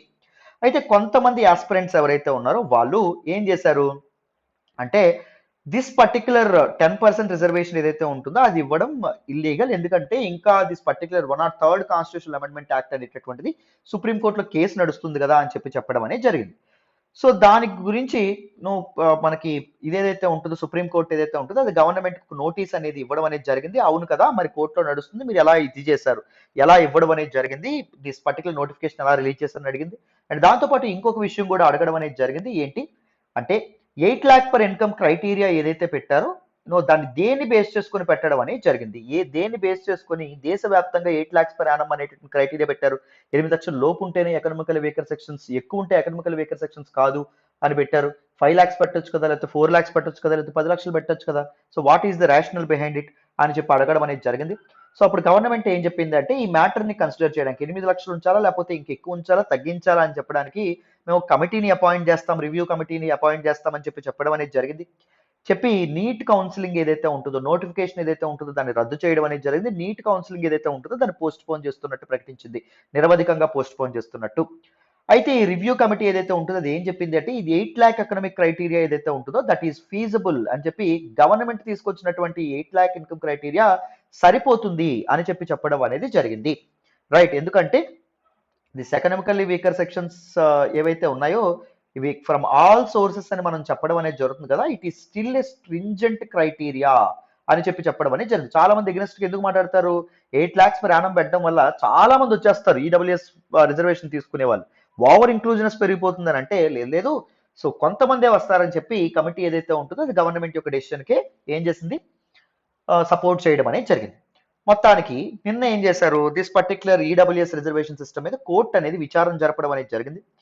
కోర్టు విచారణలో మన గవర్నమెంట్ ఏదైతే ఉంటుందో అది ఏం చెప్పింది అంటే దిస్ పర్టికులర్ సుప్రీంకోర్టు బెంచ్ కి 8 lakh EWS income cap best way forward, అది సరైనదే అని చెప్పడం అనేది జరిగింది. అండ్ త్వరగా ఈ కేసెస్ మీరు తీర్పు అనేది ఇవ్వడంతో మనం ఏం చేయొచ్చు, ఎగ్జామ్స్ అనేవి చక్కగా కండక్ట్ చేసుకోవచ్చు. అర్థమైందా? వాళ్ళకి ఈ నీట్ కౌన్సిలింగ్ ఏదైతే ఉంటుందో ఇలాంటివన్నీ త్వరితగతిన పూర్తి చేయొచ్చు అనే విధంగా మన solicitor general who is know who is representing government in supreme court, government తరపున వాదించేటటువంటి సొలిసిటర్ జనరల్ తుషార్ మెహతా ఎవరైతే ఉన్నారో ఆయన సుప్రీం కోర్టు బెంచ్కి చెప్పడం అనేది జరిగింది. So this is all about this particular article. Detailed గా మీకు ఈ ఆర్టికల్ కూడా అర్థమైందనే అనుకుంటున్నాను. మరి నెక్స్ట్ ఆర్టికల్ మాట్లాడదాం, వినండి. ఈ రోజు హిందూ అనాలిసిస్ లో మనం మాట్లాడుకునే నెక్స్ట్ ఆర్టికల్ ఏంటి, pandemic shadow on plans for republic day programme. Very very important article regarding GS paper 2 international relations లోనే మనం దీన్ని మాట్లాడుకోవడం అనేది జరుగుతుంది. President of the central Asian republics invited for the celebrations. So చూడండి మనకి ఇక్కడ ఏం జరిగిందో నేను చెప్తాను, జాగ్రత్తగా వినండి. సో ఆఫ్ఘనిస్తాన్ ఆఫ్ఘనిస్తాన్ని సో ఆగస్ట్ 15th 2021 ఎవరు మళ్ళీ అధికారంలోకి రావడం అనేది జరిగింది, ఆఫ్ఘనిస్తాన్లో తాలిబన్లు అధికారంలోకి రావడం అనేది జరిగింది. ఇప్పటి వరకు ఏం జరిగింది, 2001లో జరిగినటువంటి మనకి దీస్ 9/11 అటాక్స్ ఏవైతే ఉన్నాయి, 9/11 అటాక్స్ తర్వాత అమెరికా అనేది ఎక్కడికి రావడం అనేది జరిగింది, సో ఆఫ్ఘనిస్తాన్కి రావడం అనేది జరిగింది. మీ అందరికీ తెలుసు right. Osama bin Laden twin towers మీద ఏవైతే అటాక్ చేయడం అనేది జరుగుతుందో, నో ఈ అటాక్ చేయడం అనేది జరుగుతుందో, అటాక్ జరిగిన తర్వాత అమెరికన్ జాతీయులు 3,000 మంది చనిపోతారు. అమెరికన్ జాతీయులు చావుకు కారణమైన ఒసామా బిన్ లాడెన్ కి తాలిబన్లు ఆశ్రయం కల్పించారనేటటువంటి విషయంతో అమెరికా ఏం చేస్తుంది, ఆఫ్ఘనిస్తాన్ మీదకి రావడం అనేది జరుగుతుంది. తాలిబన్లని పవర్ నుంచి దించేస్తుంది, ఒక కొత్త గవర్నమెంట్ ని ఏర్పాటు చేస్తుంది. 2001 నుంచి 20 సంవత్సరాల పాటు, అంటే ఆగస్టు 15 2021 పాటు అమెరికా అనేది తన ట్రూప్స్ ని ఆఫ్ఘనిస్తాన్ లో పెట్టడం అనేది జరుగుతుంది. మొత్తానికి అమెరికన్ పీస్ టాక్స్ ప్రభావంతో మళ్ళీ తాలిబన్లు అధికారంలోకి వస్తారు. ఎంతో మంది డిప్లొమాట్స్ ని, దాంతోపాటు ఎంతో మంది సోల్జర్స్ ని, దాంతోపాటు కొన్ని కోట్ల ఖర్చు ఏదైతే ఉంటుందో ఖర్చు అనేది వృధాగా పోతుంది అమెరికాకి. ఇందాక కూడా మనం మాట్లాడుకోవడం అనేది జరిగింది. సో అమెరికా ఎప్పుడైతే 20 సంవత్సరాల పాటు దీనిలో ఉండడం అనేది జరిగిందో, వన్ ఆఫ్ ద ప్రిన్సిపల్ అదే ఈ 20 సంవత్సరాలు ఆఫ్ఘనిస్తాన్ లో ఉండడం అనేది జరిగిందో, ఈ 20 సంవత్సరాల్లో అమెరికా మనకు కూడా ఒక క్రిటికల్ ఎలైగా మారడం అనేది జరిగింది. కాబట్టి మనం ఆఫ్ఘనిస్తాన్ లో చాలా చాలా పెట్టుబడులు అనేవి పెట్టడం అనేది జరిగింది. మన ఆఫ్ఘనిస్తాన్ లో ఒక డెమోక్రటిక్ గవర్నమెంట్ ఏదైతే ఉంటుందో, ఆఫ్ఘన్ ఇండ్యూస్డ్ గవర్నమెంట్ ఏదైతే ఉంటుందో దానికి మనం సపోర్ట్ కూడా చేయడం అనేది జరిగింది. అంటే తాలిబాన్ గవర్నమెంట్ కాకుండా యుఎస్ గవర్నమెంట్ ఇన్స్టేట్ చేసినటువంటి డెమోక్రటిక్ గవర్నమెంట్ మనం సపోర్ట్ కూడా చేయడం అనేది జరిగింది. కానీ మళ్ళీ తాలిబాన్ల అధికారంలోకి రావడంతో యుఎస్ డామినెన్స్ ఏదైతే ఉంటుందో అది ఎంతో కొంత డైల్యూట్ అయిందని చెప్పి మనం అనుకోవచ్చు, right. So organised and rich military అయినటువంటి యుఎస్ అనేటటువంటిది వెనక్కి తగ్గడం ఏదైతే ఉంటుందో అది నిజంగా ఒక షాక్ గా ఇండియాకి ఒక పెద్ద షాక్ అని చెప్పి మనం అనుకోవచ్చు కదా. అయితే ఇప్పటి వరకు అమెరికా నీడలో ఆఫ్ఘనిస్తాన్ లో చాలా పెట్టుబడులు అనేది ఇండియా పెట్టడం అనేది జరిగింది.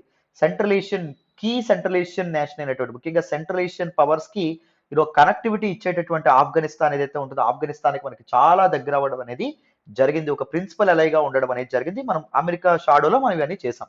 బట్ అమెరికా తిరిగి వెనక్కి వెళ్ళడం పట్ల, తాలిబాన్ అధికారంలోకి రావడం పట్ల ఒక్కసారిగా మన ఫారిన్ పాలసీ, మన విదేశాంగ విధానం ఏదైతే ఉంటుందో దాన్ని మార్చుకోవాల్సినటువంటి పరిస్థితి. సో ఇప్పుడు తాలిబాన్ గవర్నమెంట్ గుర్తించాలా లేదా అనేటటువంటి పరిస్థితి. తాలిబాన్లు already China, Russia and Pakistan తో దగ్గరగా ఉన్నారు. మనకి రష్యా తప్ప చైనా అండ్ పాకిస్తాన్ పడదు, అవునా కదా. సో మరి ఆఫ్ఘనిస్తాన్ లో తాలిబాన్ గవర్నమెంట్ మనం ఎలా దగ్గర అయ్యేది. సో సెంట్రల్ ఏషియన్ కంట్రీస్ మీద డామినెన్స్ అనేటటువంటిది, అక్కడ ఇన్ఫ్లుయెన్స్ అనేది పోయినటువంటి ఇన్ఫ్లుయెన్స్ మనం ఎలా సంపాదించుకోవాలి అనే ఆలోచనలో ఇండియాకి ఒక మంచి ఆలోచన వచ్చింది. ఏంటి, మన రిపబ్లిక్ డే సెలబ్రేషన్స్ అనేవి జరుగుతున్నాయి కదా. సో రిపబ్లిక్ డే సెలబ్రేషన్స్ లో మనం ఎవరిని పిలుద్దామంటే సెంట్రల్ ఏషియన్ రిపబ్లిక్స్ యొక్క ప్రెసిడెంట్స్ ఎవరైతే ఉన్నారో వాళ్ళని పిలుద్దాం. సెంట్రల్ ఏషియన్ కంట్రీస్ యొక్క ప్రెసిడెంట్స్ ఎవరైతే ఉన్నారో వాళ్ళని పిలిపిద్దాం. పిలిచి వాళ్ళతో డిప్లొమాటిక్ టాక్స్ లో మనం వెళ్దాం, వాళ్ళతో చర్చలు అనేవి జరుపుదాం. చర్చలు జరపడం వల్ల సో మనకి పోయింది అనుకునేటటువంటి మళ్ళీ ఆ ఇన్ఫ్లుయెన్స్, ఆ డామినెన్స్, వాళ్ళతో మనకు ఉండేటటువంటి రిలేషన్స్ మళ్ళీ మనకి బలపడడం అనేది జరుగుతుంది అని చెప్పి ఇండియా అనుకోవడం అనేది జరిగింది. మొత్తానికి ఒక మంచి ప్లాన్ వేయడం అనేది జరిగింది. కానీ COVID-19 పాండమిక్ అనేది మళ్ళీ ఇండియాలో రైజ్ అవుతుంది. 50,000కు పైగా కేసులు అనేవి నమోదవుతున్నాయి. ఒమిక్రాన్ వేరియంట్ ఏదైతే ఉంటుందో అది వీర విహారం చేస్తుంది, మీ అందరికీ తెలుసు. సో అందువల్ల ఈ ఫారిన్ డిగ్నిటరీస్ మాక్సిమం జాన్వరిలో ఇండియాకి రాకపోవచ్చు అనే విధంగా చెప్పారండి. అర్థమైందా. These Omicron and other recently identified variants ఏవైతే ఉన్నాయో they are posing a challenge to international diplomatic travel that had eased somewhat over the past few months of the deadly second wave last year. So international travel అనేది మొన్న is అయింది, మొన్న free అయింది, మళ్ళీ borders మూసేటటువంటి పరిస్థితి రావడం అనేది జరుగుతుంది. The evolving COVID-19 situation in Gujarat is posing a threat to vibrant Gujarat summit. January 10th నుంచి జనవరి 12th వరకు గుజరాత్ సమిట్ అనేది జరుగుతుందని చెప్పుకున్నాం. దీనికి నేపాల్ లో కొత్తగా ప్రైమ్ మినిస్టర్ ఎవరైతే ఉన్నారో ఆయన రావడం అనేది జరుగుతుందని చెప్పుకున్నాం. సో నేపాల్ కి ఇండియాకి మధ్య ఉన్నటువంటి కాంట్రవర్సీస్ ఏవైతే ఉన్నాయో, ఇండియా నేపాల్ కి మధ్య ఉన్నటువంటి మన కాలాపాని ఇష్యూ ఏదైతే ఉంటుందో అది సాల్వ్ అవుతుంది అని చెప్పి నిన్న మనం హిందూ అనాలిసిస్ లో, నిన్న కాకుండా మొన్న హిందూ అనాలిసిస్ లో మనం మాట్లాడడం అనేది జరిగింది. అవునా? మరి ఇప్పుడు ఇంత కీ డిప్లొమాటిక్ రిలేషన్స్ ఏర్పడతాయి అనుకుంటే మరి COVID-19 ఏం చేసింది? మన ఆశల మీద నీళ్లు చల్లడం అనేది జరిగింది. అదే మనకి ఇక్కడ చెప్పడం అనేది జరిగిందాం. Right? And the 3-day summit is expected to be attended by Russian Prime Minister Mikhail Mushkin along with a delegation that will include governors of the Russian Far East. So ఈ గుజరాత్ సమిట్ లో కూడా Russian prime minister రావాలి. Russia ఎందుకంటే మనకి చాలా key factor అని చెప్పి మనం చెప్పుకున్నాం. రైట్? సో యుఎస్ అనేటటువంటిది చైనా విషయంలో మనకి ఏం చేయలేమన్నట్టుగా ఇందాకే మనం ఎడిటోరియల్ చెప్పుకున్నాం. అవునా కదా? మీ చైనా ప్రాబ్లం మీరే తీర్చుకోండి అని చెప్పి వదిలేసింది. క్వాడ్ పక్కన పెట్టి అకస్ అనేటటువంటి ఒక కొత్త ఆర్గనైజేషన్ ఏదైతే ఉంటుందో ఇది స్టార్ట్ చేయడం అనేది జరిగింది. రైట్? ఒక కొత్త గ్రూపింగ్ ఏదైతే ఉంటుంది ఇది స్టార్ట్ చేయడం అనేది జరిగింది. అండ్ దాంతోపాటు యుఎస్ హెజిమనీ అనేటువంటి డైల్యూట్ అవుతుంది. సో ఈ చైనాని హ్యాండిల్ చేయడంలో మనకు ఉన్నటువంటి కీ అలై ఎవరు? రష్యా. సో రష్యాతో కూడా మన సంప్రదింపులు జరపాలి. కానీ ఇక్కడ ఏం జరగడం అనేది జరిగింది? దానికోసం ఈ రిపబ్లిక్ డే సెలబ్రేషన్స్ ఒక వేదిక అవుతాయి అనుకుంటే మొత్తం ఒక పెద్ద ప్రాబ్లం వచ్చి పడడం అనేది జరిగింది. రైట్? సో చూడండి మరి. సో మనకి 27 కంట్రీస్ అట్లీస్ట్ పార్టిసిపేట్ చేస్తాయని చెప్పి మనం అనుకోవడం అనేది జరిగింది. బట్ కానీ ఇది మొత్తం క్యాన్సిల్ అయ్యేటటువంటి ఇది మనకు కనిపించడం అనేది జరుగుతుంది. Prime minister of Nepal Sher Bahadur Deuba ఎవరైతే ఉన్నారో ఆయన కూడా పార్టిసిపేట్ చేయబోతున్నారని చెప్పుకున్నాం. And high level business and political participation from at least 27 countries నుంచి పీపుల్ ఎవరైతే representatives and high level people ఎవరైతే పర్సనల్ ఎవరైతే ఉన్నారో వస్తారని చెప్పి అనుకోవడం అనేది జరిగింది. సో మంచి కోఆపరేషన్, మంచి డీల్స్ అనేవి సైన్ చేస్తారనుకుంటే లాస్ట్కి ఇలా జరగడం అనేది జరిగింది. గుజరాత్ సమిట్ కూడా ఫారిన్ రిప్రజెంటేటివ్స్ రానటువంటి పరిస్థితి ఏర్పడుతుంది అని చెప్పి చెప్తున్నారు. అండ్ కజకిస్తాన్ క్రైసిస్, దాంతోపాటు ఈ కజకిస్తాన్ క్యాపిటల్ అయినటువంటి అల్మాతి ఏదైతే ఉంటుందో దానిలో ఏం జరిగింది? గవర్నమెంట్ అనేటటువంటిది బ్రేక్ అవ్వడం అనేది జరిగింది. పొలిటికల్ క్రైసిస్ అనేది ఆవరించడం అనేది జరిగింది. సో గవర్నమెంట్ ఏదైతే ఉంటుందో అది పడిపోవడం అనేది జరిగింది. సో అక్కడ ప్రొటెస్ట్ అనేవి జరగడం అనేది జరుగుతుంది. The government of Kazakhstan has imposed restrictions on the freedom of movement and entry and exit from Almaty has been restricted. Kazakhstan reported more than 400 cases of COVID-19 on Wednesday. So కజకిస్తాన్లో కూడా COVID-19 cases అనేవి పెరుగుతున్నాయి. And అక్కడ ఉన్నటువంటి political crisis ఏదైతే ఉంటుందో ఆ political crisis వల్ల కూడా కజకిస్తాన్ నుంచి రిప్రజెంటేటివ్స్ కానీ లేకపోతే ఇంపార్టెంట్ పర్సనల్ కానీ రాకపోవచ్చు ఇండియాకి అనే విధంగా చెప్తున్నారు. So this might become a failure. Republic day programme ఏదైతే ఉంటుందో ప్రోగ్రామ్ అనే విధంగా ఇక్కడ ఆర్టికల్ అనేది వచ్చింది. పేజ్ నెంబర్ 8 నుంచి నేను సెలెక్ట్ చేసుకోవడం అనేది జరిగింది హిందూలోని ఢిల్లీ ఎడిషన్లో. సో కంప్లీట్ గా ఈ ఆర్టికల్ కూడా మీకు అర్థమైందని అనుకుంటున్నాను. మరి నెక్స్ట్ ఆర్టికల్ మాట్లాడదాం, వినండి. ఈ రోజు హిందూ అనాలిసిస్ లో మనం మాట్లాడుకునే నెక్స్ట్ ఆర్టికల్ చూడండి. Myanmar has ingredients of civil war. Very very important article regarding GS paper 2 international relations లో మనం మాట్లాడుకుంటాం. ఈ ఆర్టికల్ నేను ద హిందూలోని ఢిల్లీ ఎడిషన్ లో పేజ్ నెంబర్ 12 నుంచి సెలెక్ట్ చేసుకోవడం అనేది జరిగింది. చాలా చాలా ఇంపార్టెంట్ ఆర్టికల్. ఈ ఆర్టికల్ మీకు అర్థం కావాలంటే మీకు 2 కాన్సెప్ట్స్ అనేవి తెలియాలి. ఫస్ట్ ఏషియన్ గురించి తెలియాలి. Association of south east Asian అనేటటువంటి ఒక బ్లాక్ గురించి తెలియాలి, ఒక ఆర్గనైజేషన్ గురించి తెలియాలి, ఒక గ్రూపింగ్ గురించి తెలియాలి. రెండవది ఏంటి అంటే మయన్మార్ మిలిటరీ క్రూ లేదా మయన్మార్ పొలిటికల్ క్రైసిస్ ఏదైతే ఉంటుందో దీని గురించి తెలియాలి. నేను ఇక్కడ కీవర్డ్స్ రాసేసాను. సో మీకు ఏం చేయాలో తెలుసు. మీరు ఏం చేస్తారు? ఏషియన్ పక్కన ఎల్టీఎక్స్ అని చెప్పి కొడతారు. సో మీకు ఒక వీడియో అనేది వస్తుంది. నేనే చేశాను, ఒక వరల్డ్ టూర్ లాగా ఏషియన్ గురించి చెప్పాను. ఒక్కసారి చూస్తే ఏషియన్లో కంట్రీస్ మొత్తం 10 కంట్రీస్ ఉంటాయి. 10 కంట్రీస్ పేర్లు టక చెప్తారు ఇంకోసారి ఎవరైనా అడిగినా. అండ్ దాంతోపాటు ఏషియన్ ఎప్పుడు ఎస్టాబ్లిష్ అయింది, ఏషియన్ యొక్క లక్ష్యాలు ఏంటి, ఏషియన్కి ఇండియాకి మధ్య రిలేషన్స్ ఏంటి, అన్ని డీటెయిల్గా అర్థమవుతాయి. ఏషియన్ గ్రూపింగ్ యొక్క సిగ్నిఫికెన్స్ ఏంటి, ప్రతిదీ అర్థమవుతుంది. మయన్మార్ పొలిటికల్ క్రైసిస్ పక్కన ఏం చేస్తారు? ఎల్టీఎక్స్ అని చెప్పి మీరు కీవర్డ్ అనేది పెడితే దీని మీద కూడా నేను ఒక వీడియో చేశాను ఏం జరిగిందని చెప్పి డీటెయిల్డ్గా పుట్టు పూర్వోత్తరాల నుంచి మయన్మార్ చరిత్ర నుంచి స్వతంత్రం వచ్చినప్పటి నుంచి ఏం జరిగిందో ఎప్పుడు బ్యాక్గ్రౌండ్ చెప్తాను కదా, డీటెయిల్డ్గా చెప్పడం అనేది జరిగింది. సో ఆ 2 వీడియోలు చూస్తేనే మీకు ఈ పర్టికులర్ టాపిక్ ఏదైతే ఉంటుందో అది అర్థమవుతుంది. సో అందుకే ఆ వీడియోస్ అనేది చూసిన తర్వాతే ఈ టాపిక్, ఈ ఆర్టికల్ ఏదైతే ఉంటుందో ఆ ఆర్టికల్ అనేటటువంటిది చూడండి. సో మయన్మార్లో ఏం జరిగింది? గత సంవత్సరం 2021 ఫిబ్రవరిలో డెమోక్రటికల్లీ ప్రజాస్వామ్యబద్ధంగా ఏర్పడినటువంటి civilian government national league for democracy అనేటటువంటి ఒక పార్టీ విజయం సాధిస్తుంది. దీని యొక్క హెడ్ ఎవరు? సూచి అనేటటువంటి ఒక ఆవిడ. She's very vocalist for democracy. Myanmar లో పూర్తి స్థాయి డెమోక్రసీ అనేది ఉండాలి, మయన్మార్ లో పార్షియల్ డెమోక్రసీ ఉంటుంది. అంటే ప్రజల చేత ఎన్నుకోబడినటువంటి నాయకులు ఎవరైతే ఉన్నారో వాళ్ళు ఉంటారు ఒక పక్క, మిలిటరీ కూడా డెసిషన్స్ అనేవి తీసుకోవడం అనేది జరుగుతుంది. ఇది కూడా గుర్తుపెట్టుకోండి. అర్థమైంది? మిలిటరీ కూడా డెసిషన్స్ ఏవైతే ఉన్నాయో డెసిషన్స్ తీసుకోవడం అనేది జరుగుతుంది. సో అందుకే పార్షియల్ డెమోక్రసీ అంటాం. కొంత నియంతృత్వం, డెస్పోటిజం ఏదైతే ఉంటుందో అది కూడా ఉండడం అనేది జరుగుతుంది. రైట్? ఆటోక్రటిక్ కంట్రీగా కూడా కొంత ఉండడం అనేది జరుగుతుంది. రైట్? సో ఇప్పుడు సూచి ఎవరైతే ఉన్నారో ఈవిడ్ని మిలిటరీ వాళ్ళు ఏం చేశారు? నిర్బంధించడం అనేది జరిగింది ఎన్నికైతే. సో ఈవిడ్ని జైల్లో డిటైన్ చేశారు. డిటైన్ చేసి దిస్ మిలిటరీ ఏదైతే ఉంటుందో అధికారాన్ని బలవంతంగా లాక్కోవడం అనేది జరిగింది. అప్పటి నుంచి చాలా ప్రొటెస్ట్ అనేవి మొదలవుతున్నాయి. సో మాకు సూచి అధికారం కావాలి, డెమోక్రసీ కావాలి ఆ మయన్మార్లో అని చెప్పి చాలా మంది రోడ్లు ఎక్కడం అనేది జరుగుతుంది. ఎందుకంటే సూచి ఒక ఇంపార్టెంట్ ఫిగర్, మదర్ అని చెప్పి పిలుస్తారు మయన్మార్లో. మొత్తానికి ఏం జరిగింది? ఆవిడని ఇదైన తర్వాత ప్రొటెస్ట్ ఏవైతే జరిగినాయో వాళ్ళ మీద ఎవరైతే ప్రొటెస్ట్ చేస్తున్నారో, డెమాన్స్ట్రేషన్స్ చేస్తున్నారో, నిరసనకారులు ఎవరైతే ఉన్నారో వాళ్ళ మీద మిలిటరీ ఏదైతే ఉంటుందో అది విరుచుకుపడింది. ఇప్పటికి 1400 మంది ఎవరైతే ఉన్నారో వాళ్ళు చనిపోవడం అనేది జరిగింది. చాలా మంది పీపుల్ ఎవరైతే ఉన్నారో వాళ్ళు బార్డర్ దాటి ఇండియాకి అండ్ దాంతోపాటు other south east Asian nations ఏవైతే ఉన్నాయో లైక్ పక్కనే ఉన్నటువంటి థాయిలాండ్ కానీ, లేకపోతే మలేషియా కానీ, ఇండోనేషియా కానీ, లావోస్ కానీ, కాంబోడియా కానీ అక్కడికి పారిపోవడం అనేది జరుగుతుంది. ఈవెన్ పోలీస్ పర్సోనల్ ఎవరైతే ఉన్నారో వాళ్ళు కూడా పారిపోవడం అనేది జరుగుతుంది. రైట్? సో ఇంత క్రైసిస్ ఏదైతే ఉంటుందో క్రైసిస్ అనేది అక్కడ నడవడం అనేది జరుగుతుంది.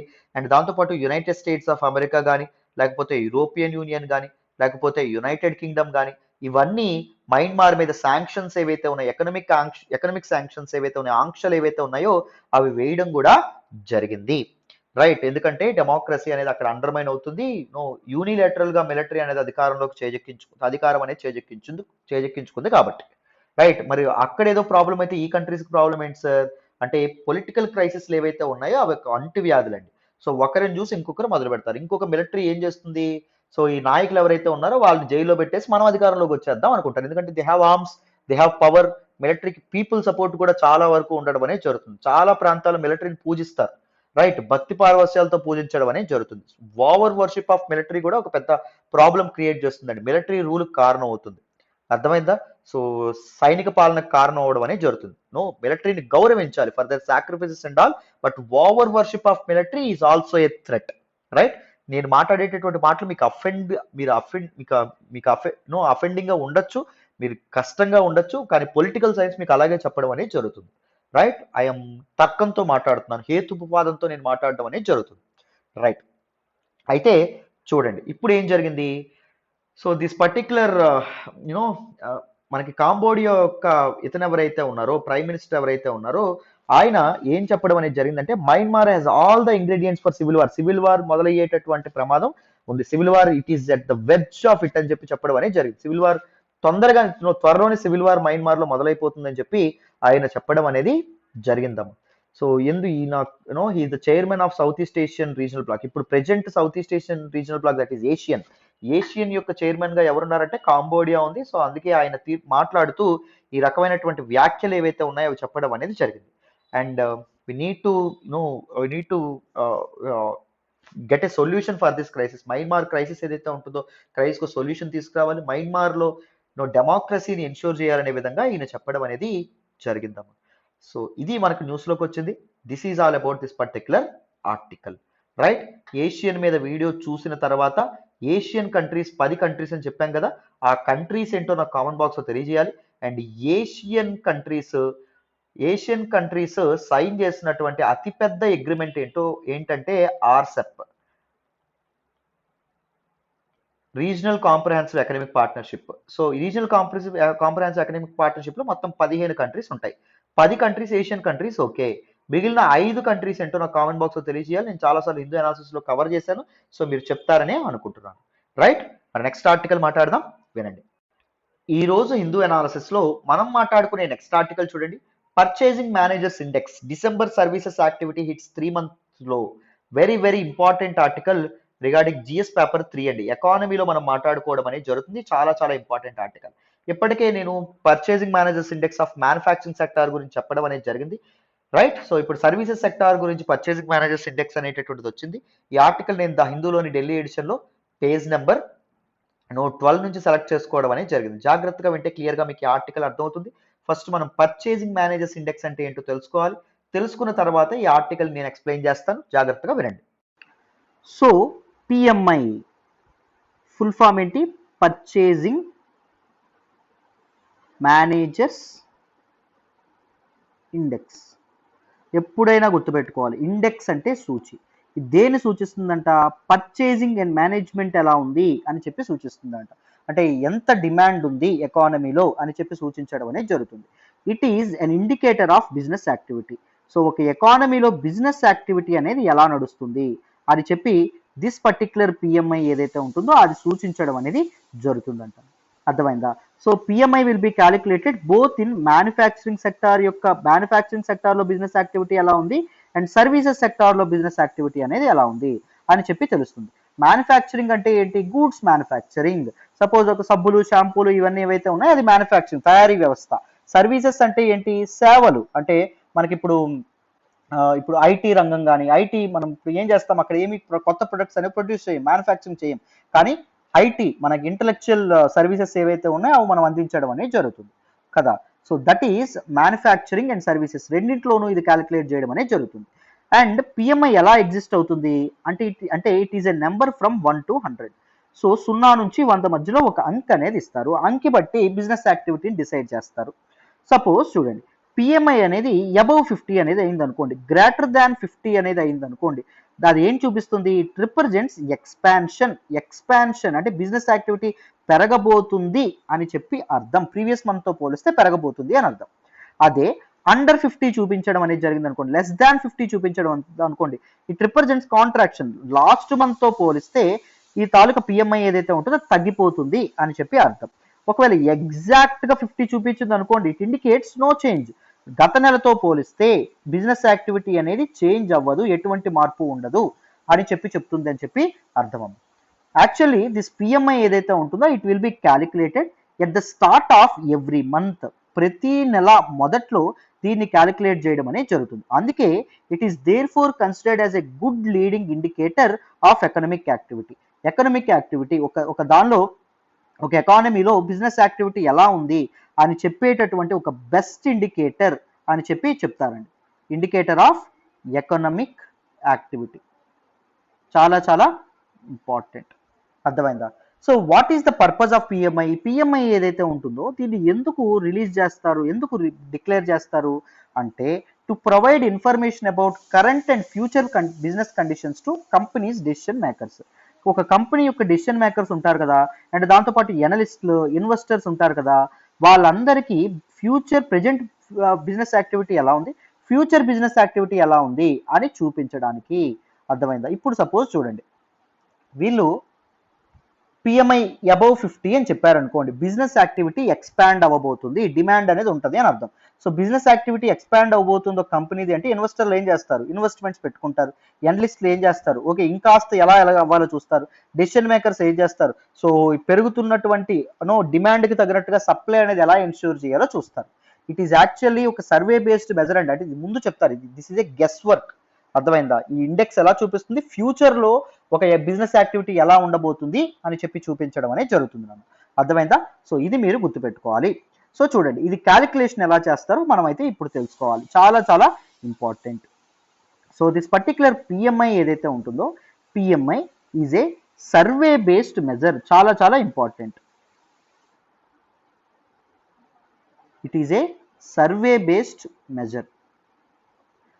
సో ఏం చేస్తారు? They will ask the respondents about changes in their perception about key business variables as compared with the previous month. So కొంతమందికి ఫోన్లు చేసి ఏమడుగుతారు అంటే, సార్ మీరు చెప్పండి, మీరు బిజినెస్ ఎక్స్పర్ట్ కదా, గత నెలతో పోలిస్తే ఏమైనా మనకు బిజినెస్ యాక్టివిటీ పెరగొచ్చా లేకపోతే తగ్గొచ్చా అని చెప్పి అడగడం అనేది జరుగుతుంది. అర్థమైందా? ప్రీవియస్ మంత్ తో కలిపితే అలా ఉంటుంది. So they will those respondents ఎవరైతే ఉన్నారో వాళ్ళ పెర్సెప్షన్ అనేది చెప్తారు. ఆ పెర్సెప్షన్ ని బట్టి వీళ్ళు మెజర్ చేయడం అనేది జరుగుతుంది. ఎలా క్యాలిక్యులేట్ చేస్తారో చెప్తాను. పిఎంఐ మూడింటికి క్యాలిక్యులేట్ చేస్తారు. ఒకటి purchasing managers index manufacturing sector, రెండు purchasing managers index service sector, ఇంకొకటి పర్చేసింగ్ మేనేజర్స్ ఇండెక్స్ కాంపోజిట్. అంటే మ్యానుఫ్యాక్చరింగ్ అండ్ సర్వీసెస్ సెక్టార్ కలిపి ఇది చేయడం అనేది జరుగుతుంది. What is the formula for PMI? PMI అనేది ఏ ఫార్ములా బట్టి క్యాలిక్యులేట్ చేయడం అనేది జరుగుతుంది? PMI is equals to P1 into 1, P1 అంటే ఏంటో కూడా చెప్తాను, P2 into 0.5 plus P3 into 0. So P1 అంటే ఏంటి అంటే percentage of answers with says import expansion అవుతుంది అని ఎంత పర్సంటేజ్ ఆన్సర్స్ చెప్తారో వాళ్ళు. P2 అంటే ఏంటి, నో చేంజ్ అని ఎవరు చెప్తారో వాళ్ళు, ఎన్ని ఆన్సర్స్, ఎంత percentage of answers no change అని వస్తాయి అవి. P3 అంటే ఏంటి, ఎంత పర్సంటేజ్ ఆఫ్ ఆన్సర్స్ కాంట్రాక్షన్ అనేవి సూచిస్తాయి అని చెప్పి అర్థమైందా? So these are some important. ఒక ఎగ్జాంపుల్ ద్వారా ఒక క్యాలిక్యులేషన్ చేద్దామా? పిఎంఐని చూడండి. సపోజ్ 100 రెస్పాండెంట్స్కి అడగడం అనేది జరిగింది. 100 రెస్పాండెంట్స్లో మనకి ఏం చెప్పడం అనేది జరిగింది అంటే కొంతమంది రెస్పాండెంట్స్ ఎవరైతే ఉన్నారో ఎక్స్పాండ్ అవుతుంది అని చెప్పారు. సపోజ్ ఒక 60 మెంబర్స్ ఎక్స్పాండ్ అవుతుందని చెప్పారు అనుకోండి సపోజ్, అండ్ నో చేంజ్ అని చెప్పి ఒక 30 మంది చెప్పారు అనుకోండి, నో చేంజ్. సపోజ్ ఇంకా 10 మంది కాంట్రాక్ట్ అవుతుంది అని చెప్పారు అనుకోండి, గుర్తుపెట్టుకోండి, కాంట్రాక్షన్ అవుతుంది అని చెప్పారు అనుకోండి. పిఎంఐ ఎలా క్యాలిక్యులేట్ చేస్తాం? P1 అంటే 60 ఇంటూ 1, 100 కదా మనం తీసుకుంది, 60% అంటే పర్సంటేజ్ కదా. అండ్ P2 అంటే ఏంటి, నో చేంజ్ అంటే 30 ఇంటూ 0.5. P3 అంటే ఎంత, 10 ఇంటూ 0, చాలా చాలా ఇంపార్టెంట్.